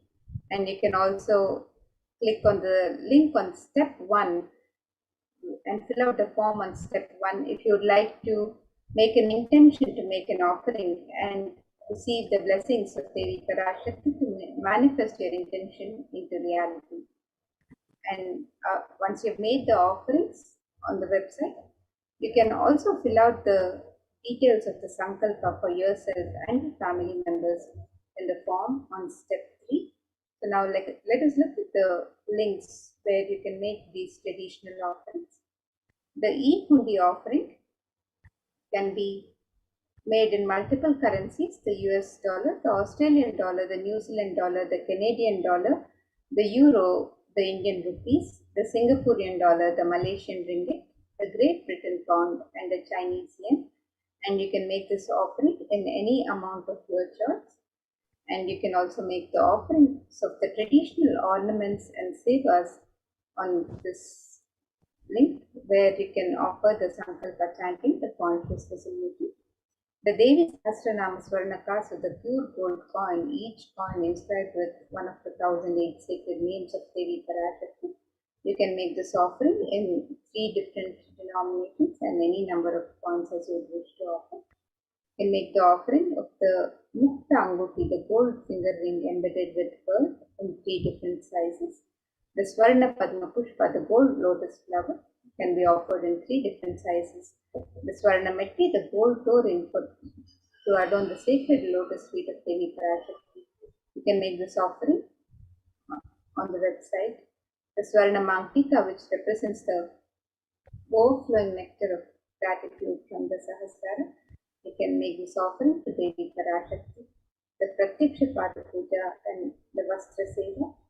Can make all of these traditional offerings of sevas and ornaments to Devi Parashakti on the website www.kailasamailer.com/sevas.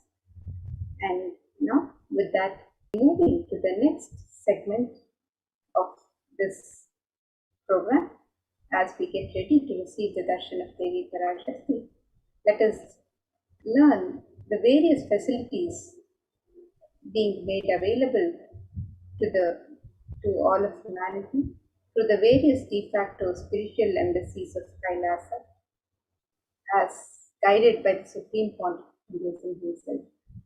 So let us now get ready for the next segments and prepare to receive the blessings and darshan of Devi Parashakti.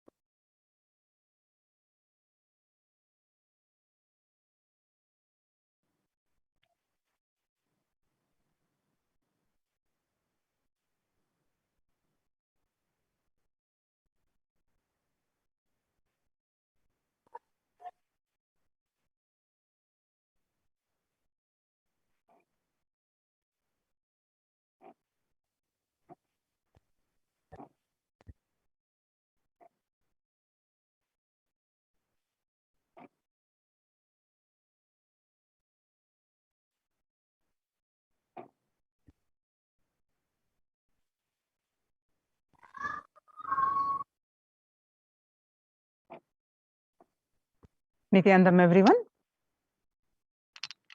Welcome back to this segment of the Kailasa's de facto spiritual embassies, which are now COVID care protection centers.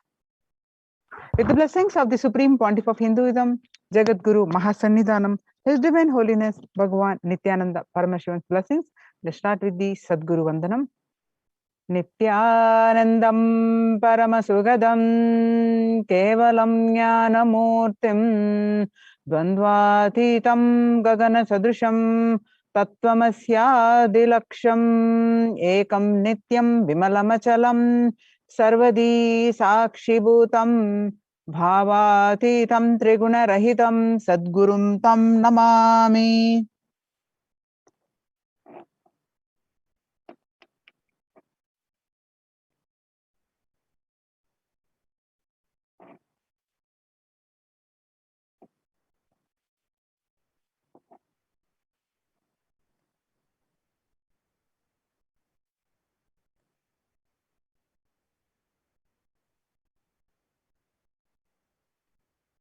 Yes. So what you learn from this segment today concerning statistics on mental health and global peace across the world due to COVID-19, and what are the Supreme Pontiff of Hinduism and Kailasa's contributions for global peace. Supreme Pontiff of Hinduism's spiritual solutions for COVID-19, Kailasa's COVID care protection centers, and why temple-based ecosystems, which are Kailasa's de facto spiritual embassies. UN recognizes Kailasa's contributions.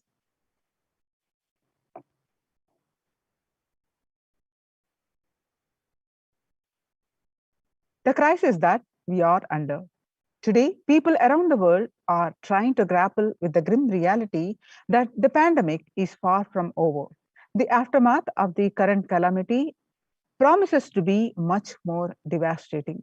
The greatest economics of the world are facing disastrous futures. Countries are facing off each other in deep mistrust. Now let us see some statistics and current news. In Australia, reported a record 19 when the country continues to battle the third wave of COVID-19 infections. There were more than 2,400 new locally acquired infections reported nationwide. That figures are passing 2,000 in a single day for just the second time. The World Health Organization makes a big statement about the Delta variant of COVID-19. COVID-19 has now killed more Americans than the influenza 1918 to 19. The 1918 to 19 flu infected about 25% of Americans and killed an estimated 0.65% with 675,000 deaths. COVID-19 has infected more than 12% of Americans and killed about 0.2% with 676,000 deaths. Now that the US death toll from COVID-19 has surpassed 676,000, the coronavirus pandemic has killed more Americans than the 1918 to 19 influenza pandemic did, and it is now officially US deadliest pandemic. Axios and the Associated Press both reported the grim milestone recently.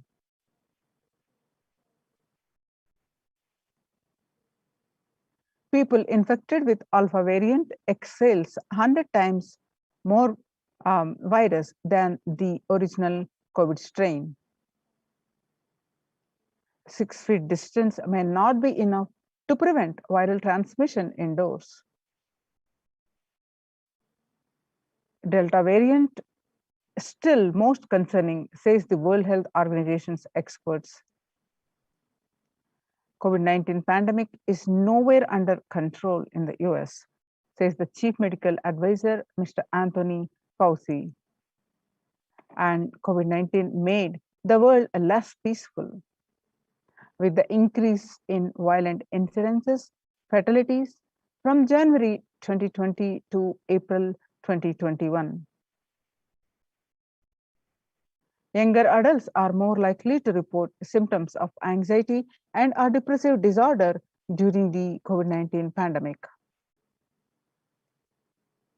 The average share of adults reporting symptoms of anxiety disorder and or depressive disorder from January to June 2019 was 11%, and the same anxiety disorder and depressive disorder in just 1 month of beginning of this year in January rose up to 1.1%. Some more statistics confirming the same, that the share of adults reporting symptoms of anxiety and or depressive disorder during the COVID-19 pandemic, that younger adults are reporting more symptoms than the older adults. Stress in America 2020, a national mental health crisis. COVID-19 is a significant stressor for most Americans. Nearly 8 in 10, which is 78%, say the coronavirus pandemic is a significant source of stress in their life. Nearly 7 in 10, which is 67%, say they have experienced increased stress over the course of the pandemic. Of the health workers who treated patients during the China's COVID-19 outbreak, 50% showed signs of depression and 45% showed signs of anxiety. Before the COVID-19 was 15%, and the self-reported mental health among pregnant women and new mothers. Now, what it was, the depression 15% before the pandemic. Now, during the pandemic, it rose up to 40.7%. And before the pandemic, the anxiety levels were 29%. Now it rose up to 72%. Living under stay at home, 8 in 10 students are struggling with focus on school or work and avoiding distraction. 50% of all students do not know where to go for help for their mental health. Nearly 82% of women surveyed, the working women, said their lives have been negatively disrupted by the pandemic. The global economic outlook during the COVID-19 pandemic, a changed world. According to the World Bank, the pandemic is expected to plunge most countries into recession, with per capita income contracting in the largest fraction of countries globally since 1870. The International Labour Organization, COVID-19 is a threat to peace-building affected nations. The COVID-19 crisis has worsened already fragile situations. The ILO is more aware than ever of its responsibility to promote peace and resilience in the time of this global pandemic. Mumbai mayor says the third wave is here, and the city mayor said that the third wave of COVID is already upon Mumbai. Breakthrough infections found in 25% of health staff, and new COVID-19 variant Mo shows vaccine resistance. So now that we have seen the statistics across the world, not only is a concern of the fatalities, mental health getting affected, especially in younger generation, and which is leading to affecting the global peace. So how to cope up with the current COVID-19 pandemic? It is important to address the COVID pandemic, which is seeing another wave, destroying many more lives. The Supreme Pontiff of Hinduism says the pandemic fatigue setting in as a result of continuous lockdown is resulting in delusional ignorance. Holding on to the delusional and supporting this space of delusional decisions leads to delusional arrogance. Continuous lockdown leads to delusional thoughts like, so what, if I die, it's okay. I can't live forever in this lockdown, going out and then exposing oneself and putting the risk on yourself and others with irresponsibility and insensitivity with a delusional arrogance. The global COVID virus pandemic has left the whole world desperately looking for answers. Life, as it had been experienced even back in February 2020, is no longer recognizable. Drastic change is the order of the day, with people having to redefine the world with the new paradigms of economy, society, faith, religion, and health. Blessed are those who have had the greatest fortune to be with the incarnation of Paramashiva, the Pontiff of Hinduism, in their lives to carry them through this crisis. Join the Kailasa's COVID Care Protection Centers with the link below with https://kailasa.org/Kailasa Care. Sustainable developmental goals. Making peace with the nature is possible if we start now, and even amid a pandemic, 2021 can go down as the year we made peace with nature and set the planet to healing. Our environmental, social, and economic challenges are interlinked. They must be tackled together. For example, we can't achieve a sustainable developmental goals, including ending poverty by 2030, if climate change and ecosystem collapse are undermining food and water supplies in the world's poorest countries. We have no choice but to transform our economies and societies by valuing nature and putting its health at the heart of all our decisions. Now, let's watch a small clip on making peace with the nature.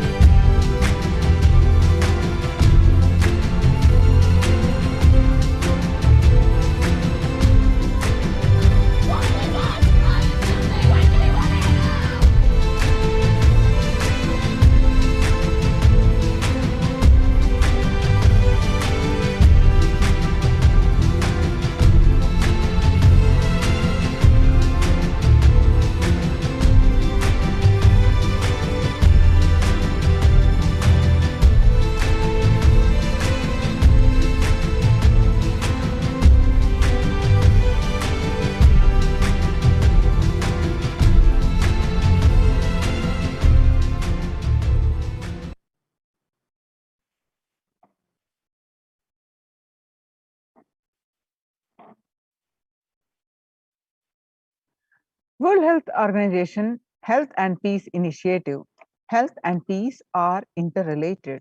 In the words of the Director General of World Health Organization, Dr. Tedros, there cannot be health without peace, and there cannot be a peace without health. Amid COVID, we need enhanced international coordination to build peace. United States Institute of Peace. Tackling the pandemic and building resilience in fragile states require concerted international action at local, national, as the humanitarian and economic toll of the COVID-19 pandemic continues to grow, so does the risk that this crisis will fuel new conflicts around the world while stemming prospects for resolving ongoing ones.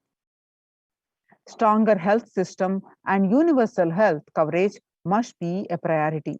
Remarks to the General Assembly special session in response to the COVID-19 pandemic. For the first time since 1945, the entire world is confronted by a common threat, regardless of nationality, ethnicity, or faith. A new social contract between people, governments, and private sector, civil society, and more can tackle the roots of inequality with fair taxation on income and wealth, universal benefits, and opportunities for all. Now let us see the contributions of the Supreme Pontiff of Hinduism for the global peace.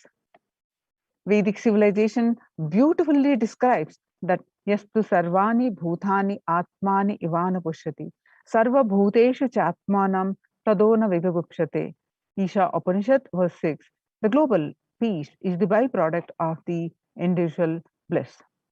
Whenever an individual goes through a spiritual bliss, he manifests a beautiful, peaceful life for him and everyone around him. If he is powerful enough, he moves the whole city and manifests peace. He is more powerful, he moves the whole village and whole country. If he is powerful enough, like incarnations, he moves the whole world and manifests peace for them. Understand, the individual bliss is the source for the global peace in the level of Om. The microscope and microscopic level Om are the macroscope level universe. Whatever level it may be, the global peace is the byproduct of the individual bliss and individual peace. Now, how do we get that individual peace and bliss? By practicing unclutching, by practicing completion. Now, let's understand In the words of the Supreme Pontiff of Hinduism, describing the techniques for completion and the unclutching.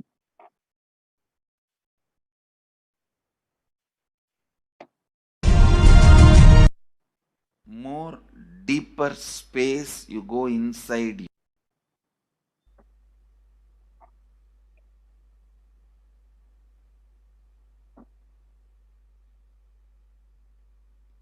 Today I wanted to expand on the science of completion. How the science of completion can directly impact the consciousness you are carrying and the consciousness embodied in many bodies. Please understand, the more deeper you go inside you, means more deeper space you go inside you, more expanded you become, more one with everything, more oneness you experience. Because the more deeper you go, the more you experience the unified field of consciousness. Various words are used.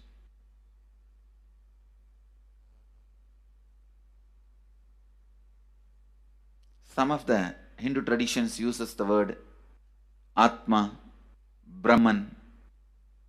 Some of the Hindu traditions use the word Nirvana.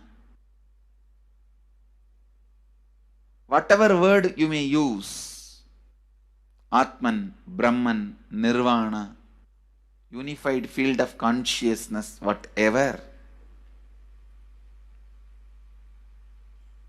But one thing I want to tell you, the deeper and deeper you go in your inner space, you experience the vast oneness. The more superficial you are, the more incompletions you carry with others, even with yourself. The more superficial you become, even your own right hand and left hand fights with each other. Different parts of you fights with you. Different thoughts of you fights with you. Even you fight with you, the more superficial you go, the more deeper you start traveling. First, you get integrated. The you fighting with you stops.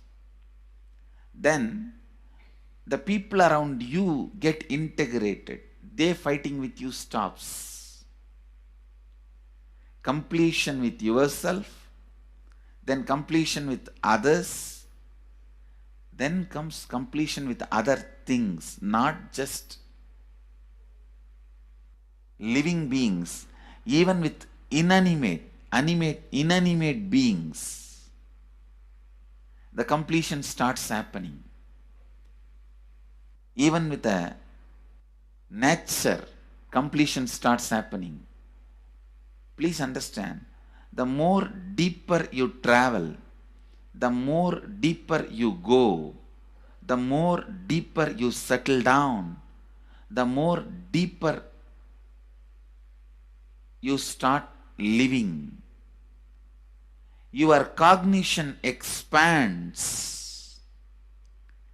Your cognition includes. Your cognition becomes more and more inclusive. More joy, more bliss, more knowledge, more enlightenment. Please understand.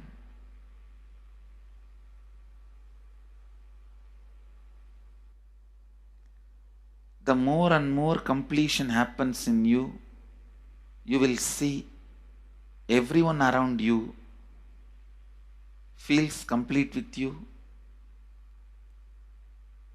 That is why I am saying, whether they have body or they are disembodied,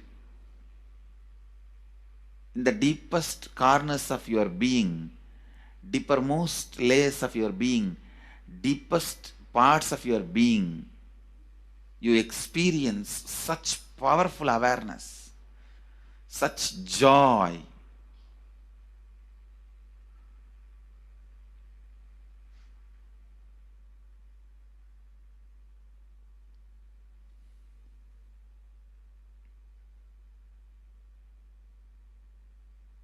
Going into the deepermost corners of your being,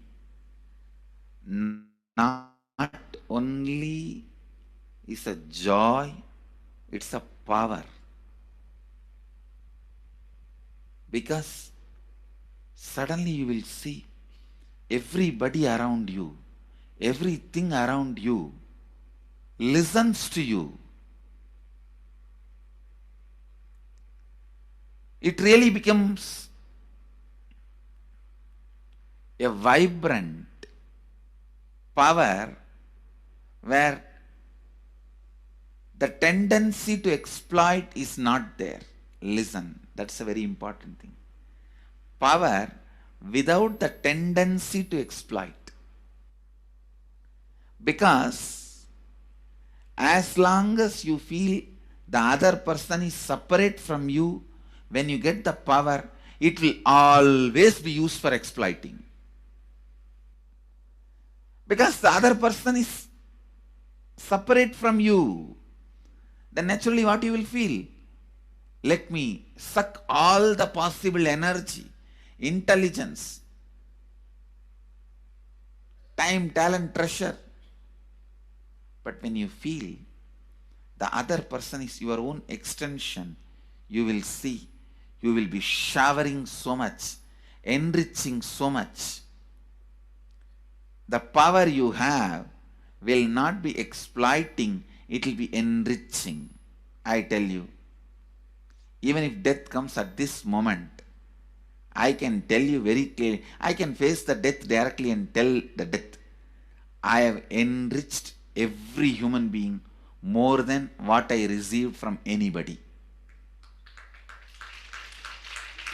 I have given to every human being whom I met in my life more than what I received from them. My accounts is clear. I am ready. Come on, let's go. My accounts is clear. I don't have debt. No credit card money to be paid, loans to be paid, no debit card, no credit card. My accounts is clear. Understand, when you feel everyone is your extension, the power given to you, the power you gain, see, any living is power. Powerful way. Even in that, you will become powerful. So any lifestyle you choose, you will get power in that field. Whether it is exploiting or enriching, murdering or raping or go on serving. Whatever lifestyle you choose, living is power. When you go into the deepermost core of your being and start living based on completion, I tell you,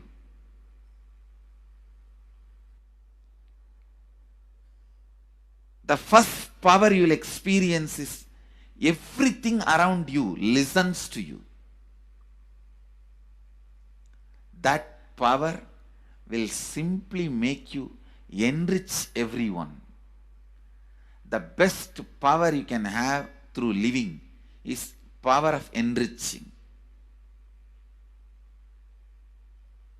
Whatever you do, as I said, whether you live the life of enriching or exploiting, you will become powerful.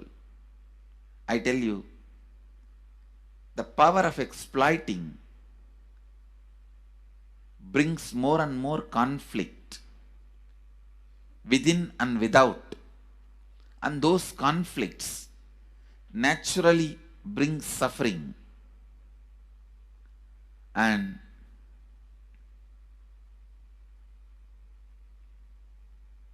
the power of enriching brings more and more completion in you and in others. This full month, Nithyananda Sangha all over the world. The other day I was seeing, we have officially presence in more than 50 countries. As devotees, group of devotees, we have presence in 100 countries. All over the world, we are going to celebrate this whole month for Global Peace Month, impacting global peace. All of us this whole month will live completion and do samskara dahana, means burning the patterns which separates us from others, burning the patterns which are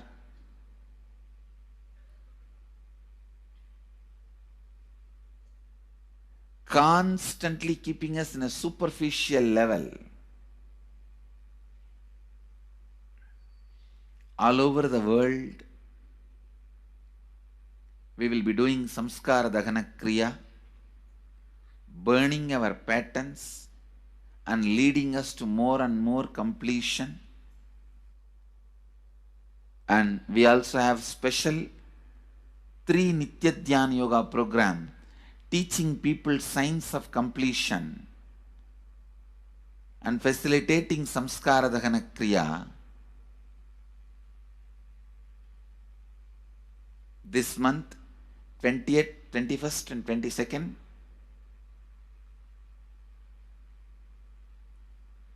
this whole month, all over the world, all our temples, ashrams, centers, yoga centers, schools, colleges, universities should do samskara dahana kriya, should do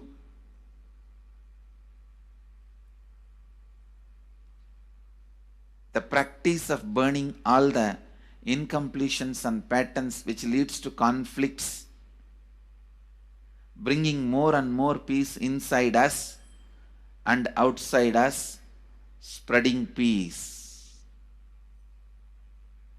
This whole month, let's impact global peace. Let us really contribute to the global peace, not just talking about it. Let's do it. Let's do it. Not just talking about it. Let's do it.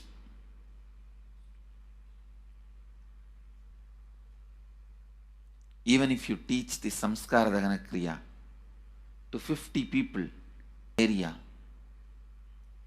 each place where we have centers, ashrams, temples, two-way center, yoga center, even 50 people, each Tani enriches them with this science. Suffering and negative waves, negative vibes reduction can contribute so much to the world. Please understand, one positive person can burn millions people negativity. Experientially, with evidence we proved, one positive person has already burnt at least 20 million people's negativity in last 10 years and brought peace.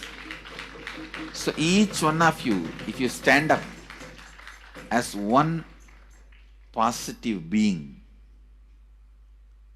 one authentic, responsible, enriching being,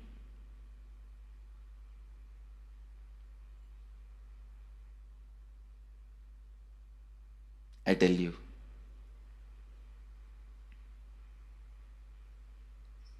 we can do so much to the world.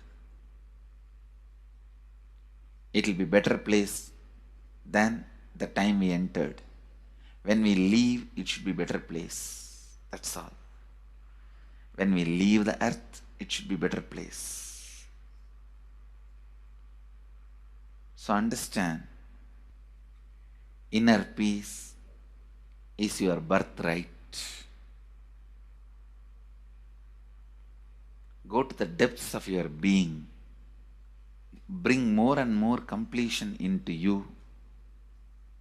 Completion with others. And start living Advaita. Today in the Inner Awakening session, it's all about completion with others. So last 6 days, literally, you worked so much, one by one by one by one by one, layer by layer by layer by layer. The completion with yourself.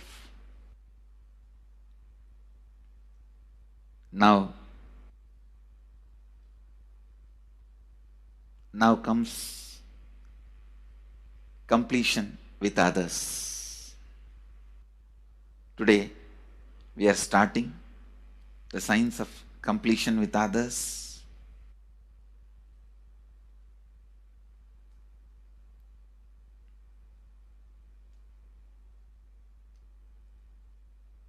It's one of the most powerful science.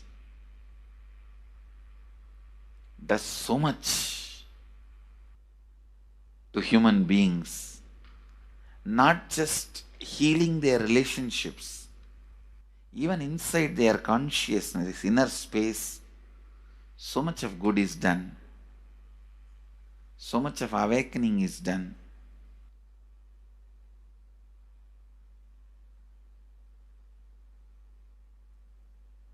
See, when you have completed with others, the kind of strength you feel is the power of Advaita, strength of Advaita. Today the Inner Awakening sessions are all about completion with others. We have long session today working on completing with others. So with this, because today we have a long session with Inner Awakening, we are also lagging behind the syllabus. Actually, it is a good news, it's not a bad news, because participants are so sincere. They are going through the whole process so intensely, sincerely. Because of that, we are little delayed. But today I am going to catch up. Today I am going to spend more time and catch up with them, with the syllabus.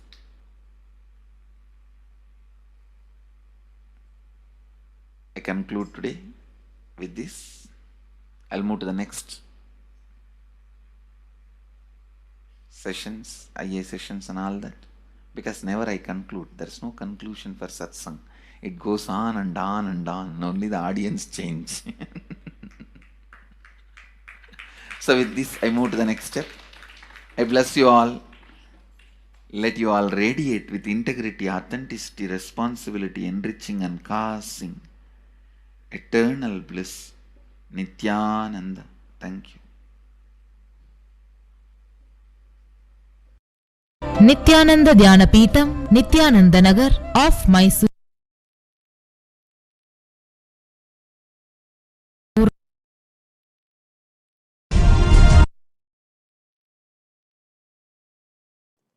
Now let's listen from the Supreme Pontiff of Hinduism that the self-transformation is the secret to global... Social answer means, I'll tell, oh, you should all work for global peace.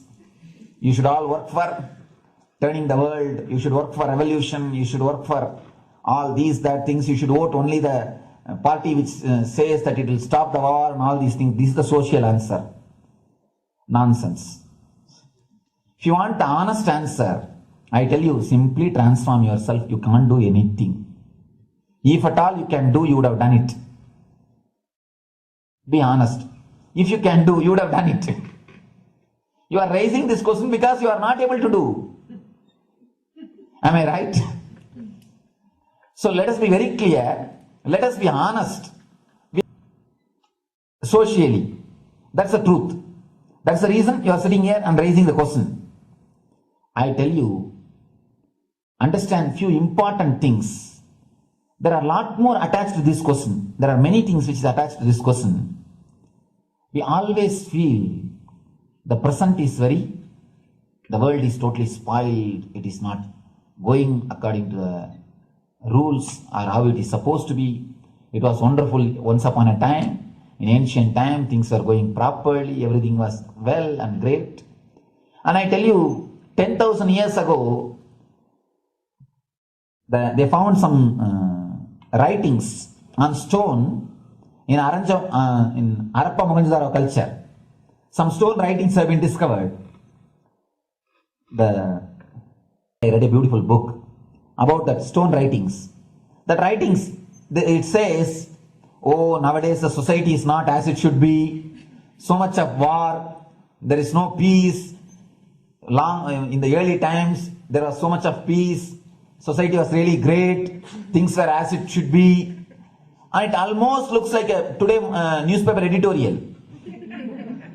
10,000 years ago, the same thing carved on a stone.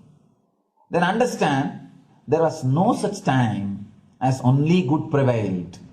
It is just a fantasy. Hinduism, they call it Satya Yuga, the age of truth. There was a time only truth prevailed. And every religion, Christianity, they say the Garden of Adam and Eve. There was a time everything was wonderful. Every religion has got the fantasy. The past was great. There was golden past. Always the idea of golden past exists only in the past. The more you go back, again you say the past was great. And I tell you one thing, it is a wonderful way of postponing accepting the reality. Otherwise, I can be sure the world was same as it is today. Whether it is 5,000 years ago or 10,000 years ago. Maybe one thing, there was no CNN channel that time. So the news did not reach you so quickly. That's all. The news did not reach you so quickly. That may be the only difference. But otherwise, I can be sure the good and the bad was equal. Good and the bad was equal. The same amount of wars were there. All the other things were there. You read the Puranas, the mythological stories of India, you see enough of things. Enough of dirty things. I think sometimes I find a little more. And if you read completely the Puranas or the Hindu scriptures, there are a lot of things much worse than modern day. The criminal activities or bad things or negative things, whatever you say, all this stuff. And never think only present day is corrupted or violent. In the ancient days also, all these things were there. Only one thing was not there, the CNN news or the internet. So the news did not reach you. But otherwise I can tell you, enough the good and bad was there. It always will exist. It will exist. All you can do is, if you awaken yourself, if you reach the enlightenment state, you can go beyond it. And I tell you, enlightenment is the only service you can do to the society. Just become enlightened so that you will reduce the negativity. Now, as of now, you are also the part of negative group. Naturally, we will be a negative group. As long as we are unenlightened, we will be the part of collective negative consciousness. So if you become enlightened, at least you will reduce your weight. That's the only thing we can do. Nothing else can be done. So all I request you to do is just become enlightened. Realize that you are a lion. That's the only way to help yourself and the society. Otherwise, all revolutions, you see, all revolution again end up as one more tradition. In last 2000 years, 3000 wars have happened in the humanity. In 2000 years, 3000 wars. Human beings have not done anything except doing wars, except fighting. Everybody claims he wants to do revolution. He wants to spread peace. You see, every country claims their army is a defensive army. Then who is offending? Tell me. Every country says defensive army. Then who is offending? These are all just, what to say, games. The idea of peace is a pure game. Everybody wants to spread the peace according to them, not according to the other person. They want peace according to them. The other day I was in one interreligious gathering. One guy is preaching, let all of you convert to my religion so that we will not have fight. He wants peace the way in which he wanted, not the way in which. And there's a beautiful saying, the sword of Muhammad, it is written, peace alone should survive, something like that. He has written some statement about the peace on the sword. We all take sword to spread the peace. So no revolution is going to help, because in the last 2000 years 3000 revolutions have happened, but still world is same, I think much worse. So no revolution is going to help, only individual evolution is going to help. So be very clear. Instead of working in the outer world, start working in the inner world. That will help you and society some way.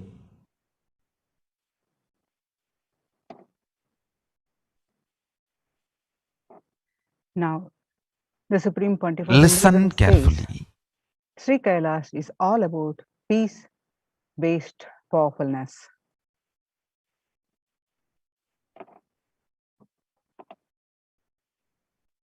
The space of Shanti,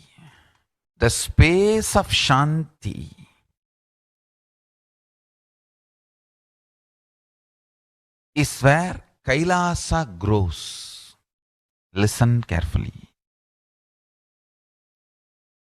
It is in the deep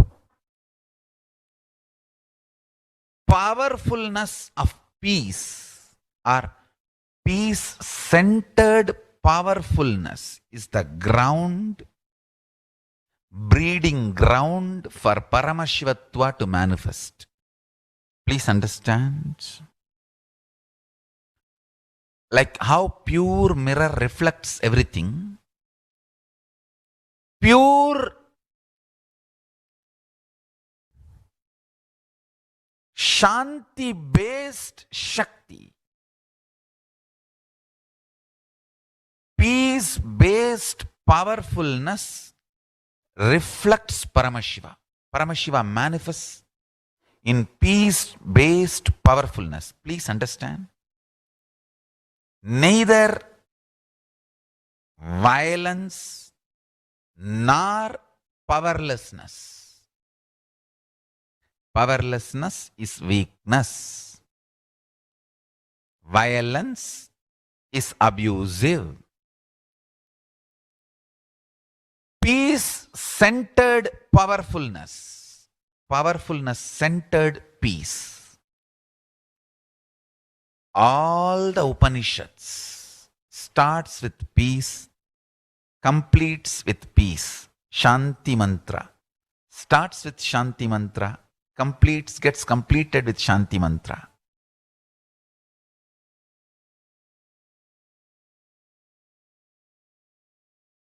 Peace-based powerfulness is a fundamental requirement for Paramashivatva to manifest. That is why people who don't want us to manifest Paramashivatva or power manifestation do not want to allow the peace in our life, or do not want peace in our campus. Understand? But only if you are peaceful, which cannot be shaken even by the demons and devils and rakshasas, we can be in eternal peace.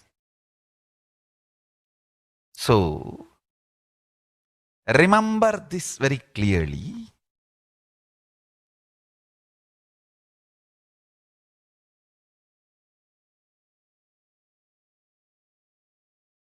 Peace alters the very DNA structure, genetic structure, the core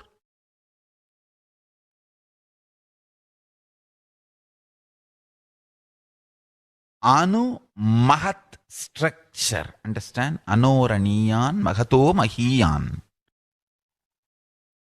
The consciousness in you is atom inside the atom, Mahat, more than Mahat.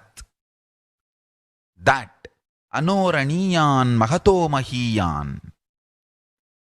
That consciousness starts growing in you with more and more peace-based, powerful developing in you. Nothing can be compared to unclutching. Spend more and more time, energy in unclutching. It will never be wasted. Time spent on unclutching is the most productive time for you in your life, because unclutching completely makes you altogether a different material. Understand?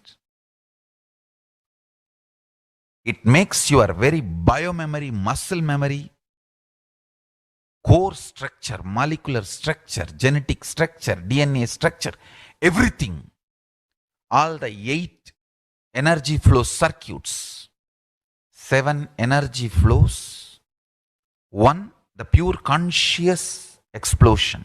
So totally 8 energy flow circuits exist in you. All the 8 explodes when you unclutch. Understand? Unclutching is the space of Sri Kailasa.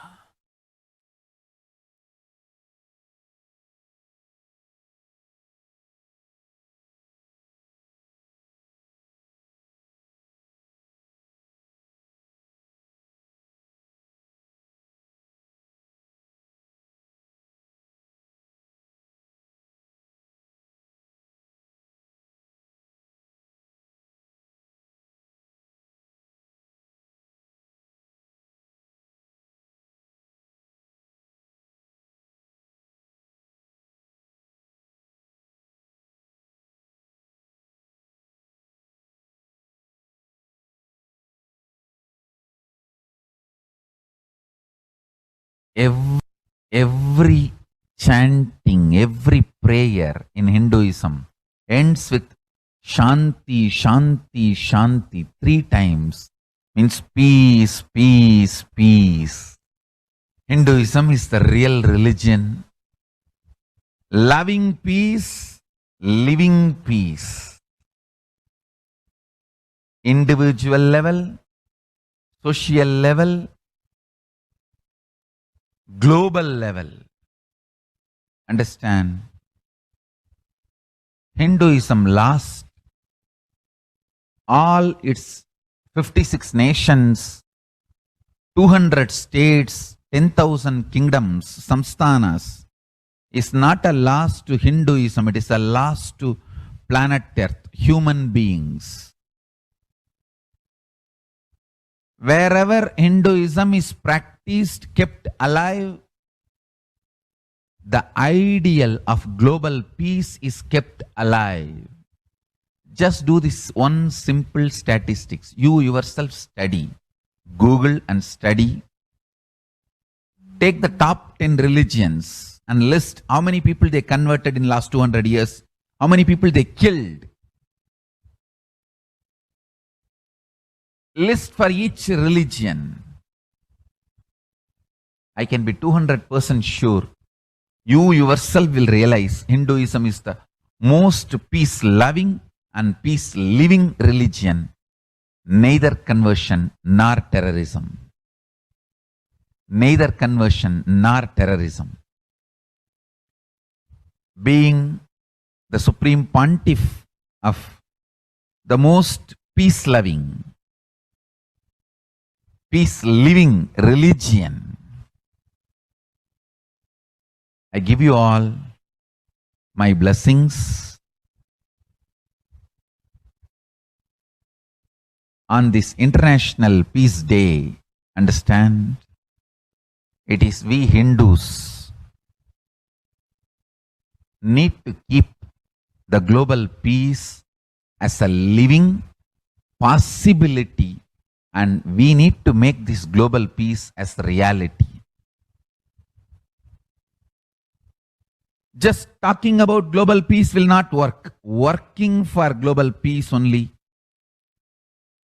is the responsibility of the real living Hindu. Anyone who wants to claim themselves as a Hindu or practicing Hindu should work for global peace. Global peace is our responsibility.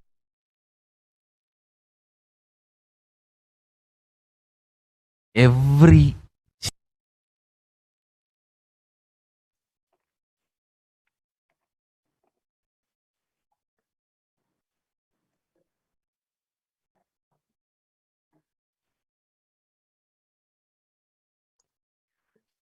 Now let us see the Supreme Pontiff of Hinduism's contribution towards global peace and superconsciousness. It is the Supreme Pontiff of Hinduism's mission to revive a conscious world where the global issues at the climate, economic, social, health, and humanitarian levels cease to exist from their very root, turning the problems of poverty, hunger, violence, and discrimination into powerful living through the experience of oneness.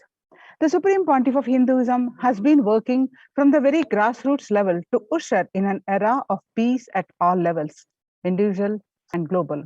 His deep insights into the workings of the human mind, body, emotions have enabled him to powerfully and directly address various social and emotional problems facing humanity today.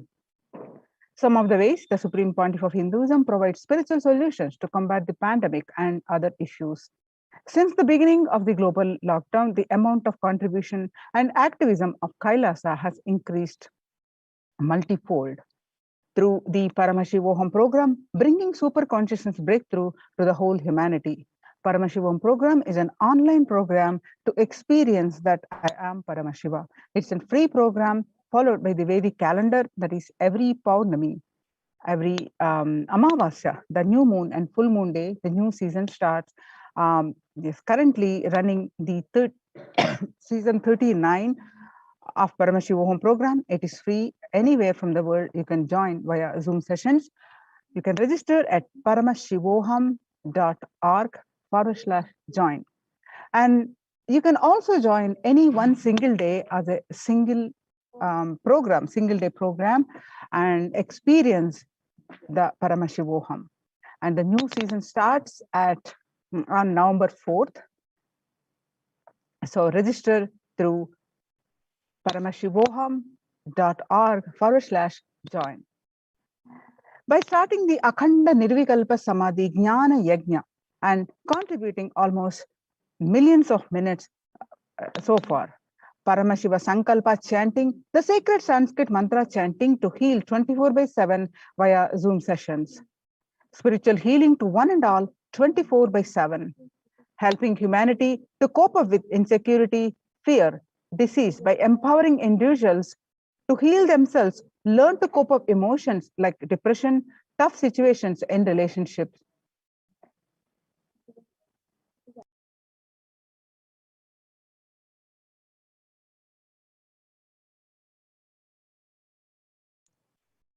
Helping humanity to cope up with insecurity, fear, disease by empowering to heal themselves, learn to cope up emotions like depression and tough situations in relationships, providing alternative solutions to worldly problems through power manifestation. Initiating thousands every day into manifesting innate superhuman capabilities in the Kailas Courtyard sessions, providing healthy solutions like a technique to clear the stomach from the Ayurveda solutions, which ultimately brings clarity out to the spiritual truth and give a conscious breakthrough. In the long term, establishing self-sufficient communities. continuing and intensifying the service of Annadan, free food in Nithyananda Annalayas around the world, including Tiruvannamalai and Los Angeles and various other adhinams, paving way with the New World Order, starting the agriculture-based communities in Adi Kailas and several other locations. Peacekeepers of Kailasa offering various life solutions from the teachings of the Supreme Pontiff of Hinduism. Hinduism prescribes various methods for global healing. One such is nullifying collective negativity simply through the presence of the avatar and his order of monks, offering Maheshwara Puja to the natural hit calamities, and Bhava Samadhi Darshan to raise the individual consciousness breakthrough. Devi Parashakti Akashic readings. Society was created with the delusional ideas of too many human beings, blind spots, and the decisions made from those blind spots. If the visionary of a civilization or country or nation has blind spots, when he develops the vision for it, the whole civilization suffers those blind spots forever.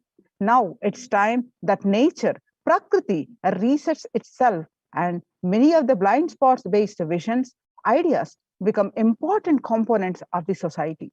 This pralaya which is happening is melting down everything which is delusion based. The world as we know is gone. Let us celebrate God. Some of the spiritual solutions for COVID-19, this isolation which is with an unknown future, which is compelling humanity to make 100% lifestyle change, is something to be deeply dwelled upon. All problems need to be addressed only with spiritual solutions and powerful cognitions. To stop people having mental breakdown, pandemic fatigue, collapsing, depression, destruction, and also give them the super consciousness breakthrough and revive the enlightened civilization, the Supreme Pontiff of Hinduism continuously gives the spiritual solutions and powerful cognitions. Some of the spiritual solutions and powerful cognitions are unclutching, practicing completion, practicing oneness, practicing ajapa japa of Mahavakya, Om Nithyananda Paramashivoham, consciously building deep feeling connection, yoga, puja, vegetarian diet, nidahara samyama, and much more. And all these spiritual solutions are free.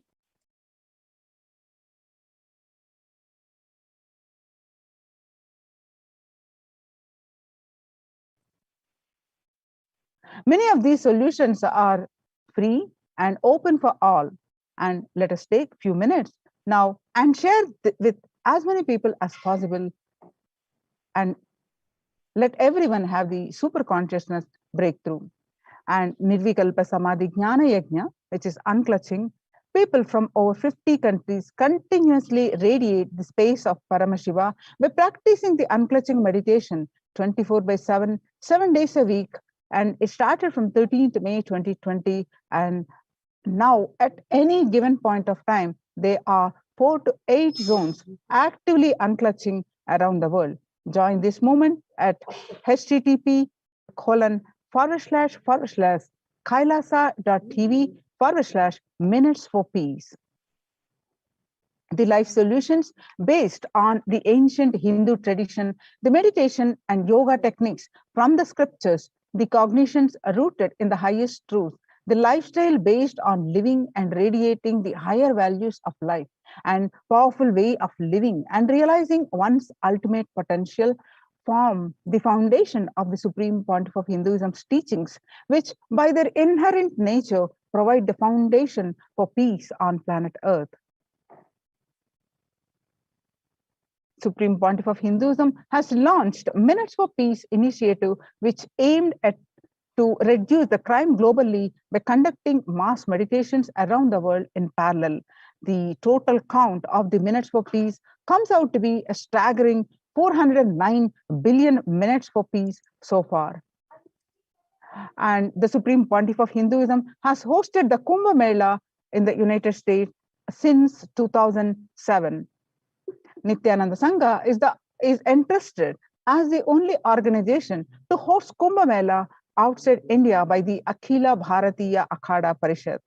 and the Supreme Pontiff of Hinduism has organized a month-long peace walk covering 1,008 kilometers and 1,000 villages to bring together in harmony from all walks of life, to promote feeling connection and oneness among people. During the walk, health camps were conducted in villages along its path. The Supreme Pontiff of Hinduism has conducted large-scale collective meditations on September 21st International Peace Day to raise the collective consciousness.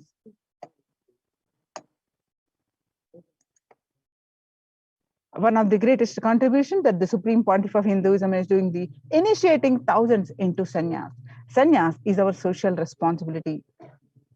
And let us save Hinduism and humanity, and these monks and non cognition, living their life with the cognition that life is for others.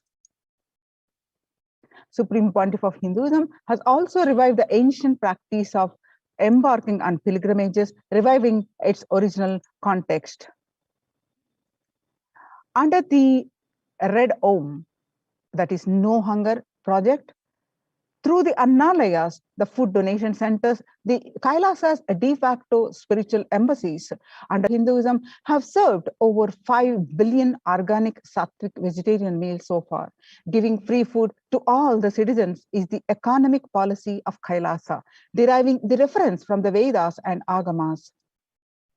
Recently, under the humanitarian initiative launched by the Supreme Pontiff of Hinduism, is the opening of Kailasa's COVID care centers in India, where the monastery campuses have been turned into a multi-layer safeguard the inmates against any possible point of contact with the outer world.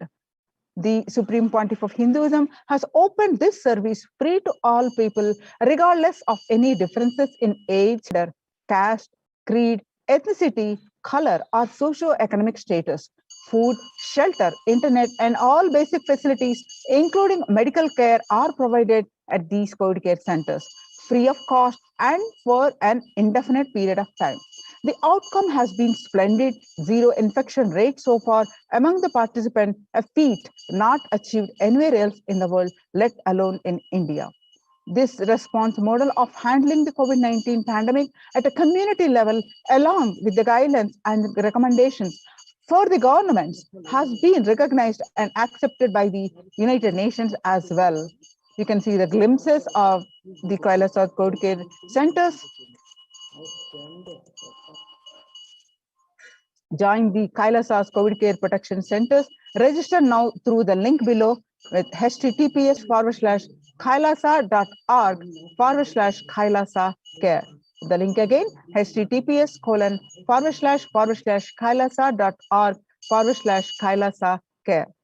With this, we are going to move on to the next part of our segment of our program after a very short break. Thank you so much. Nithyanandam.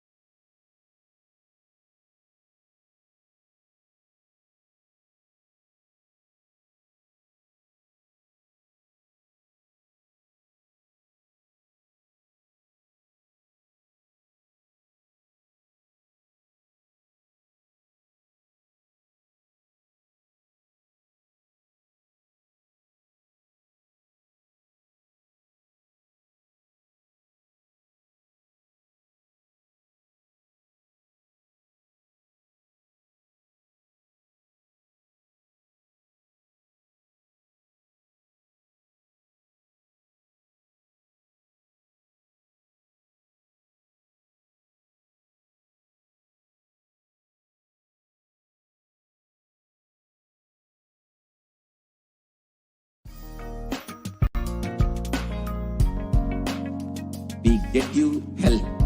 We get you ability to build beautiful relationships in your life. We get you direct spiritual support, and we make sure you become wealthy.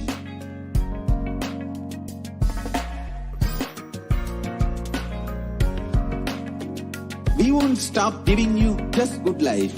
We will literally not stop till you live enlightened life.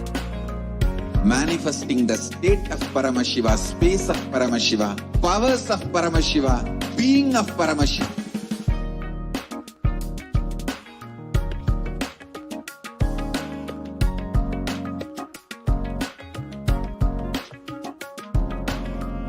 Whole world should become e-Kailashians. I want the whole world to know Hindus have something great to contribute to the world.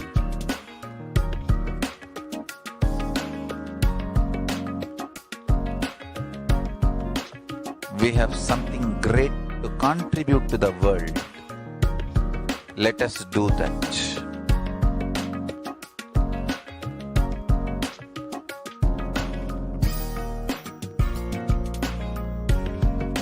E-Kailasa, proper customized spiritual service helping you to identify your root patterns of suffering. We have perfected the science of helping every individual from every cultural, religious, nationality background.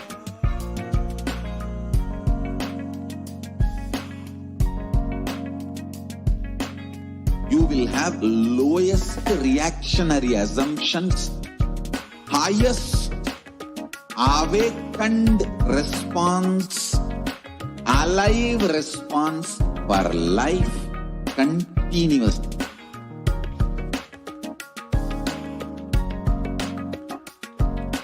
E-Kailasa is enlightenment ecosystem, literally enlightenment itself in your own home, wherever you are. Proper customized spiritual service helping you to complete with your life negativity, withdrawal from life, self-hatred, self-denial, self-doubt, so much of tiredness, laziness. We can support you aligning your diet, your attitude, your aptitude, your understanding about life. We can help you with everything.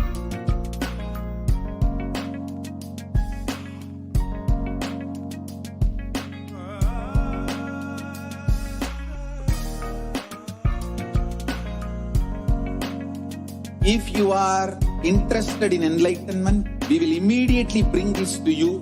If you are not interested, we will explain the whole science, inspire you, and make you interested in enlightenment science. We need to cater this enlightenment science to the whole world wherever they are, because enlightenment is the birthright of all human beings. Kailasa is responsible to provide that to all human beings.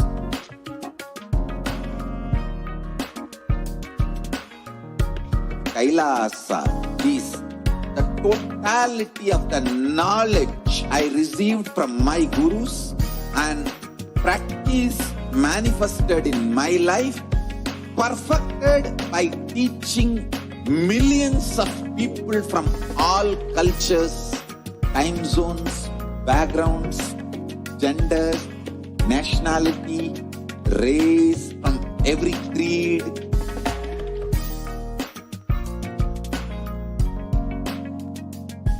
So this absolutely perfected knowledge available to you, served to you in your home without even you moving out of your couch, free of cost.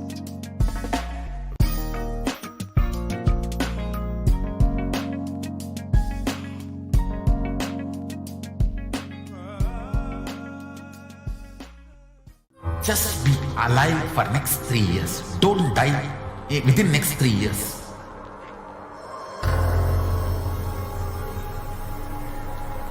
Just don't die within next 3 years.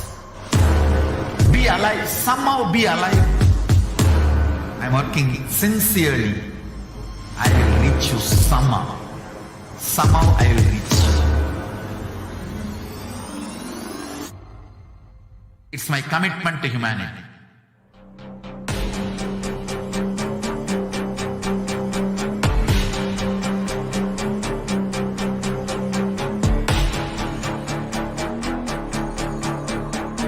Just don't die within next 3 years. I will reach you wherever you are, whichever corner of the world you may be. I will reach you with enlightenment. You manifesting the space, state, powers, being Paramashivoham. It is possible, and it is possible for you.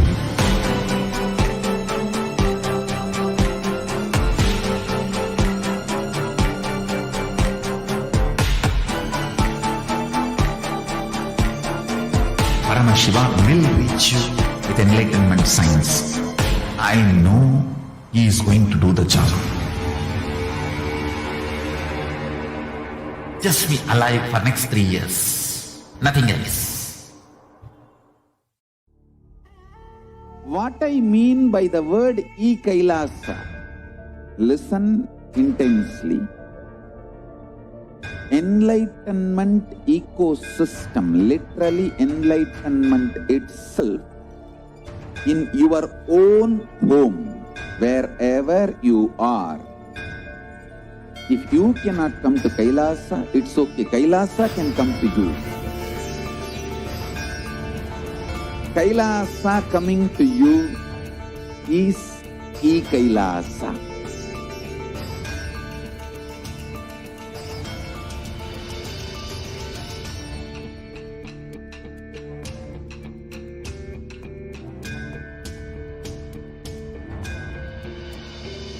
I will revive Hinduism.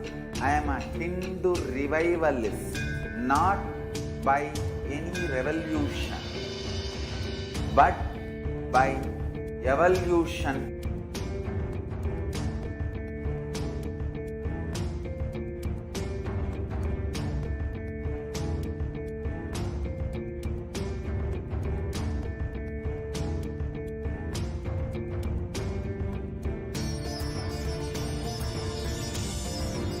And setting model community.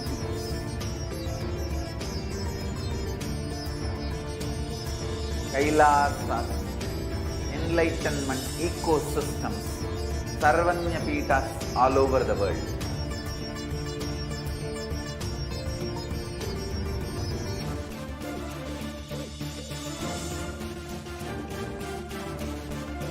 All powerful cognition, knowledge, only when you live, power manifestation and possibilities manifestation happens.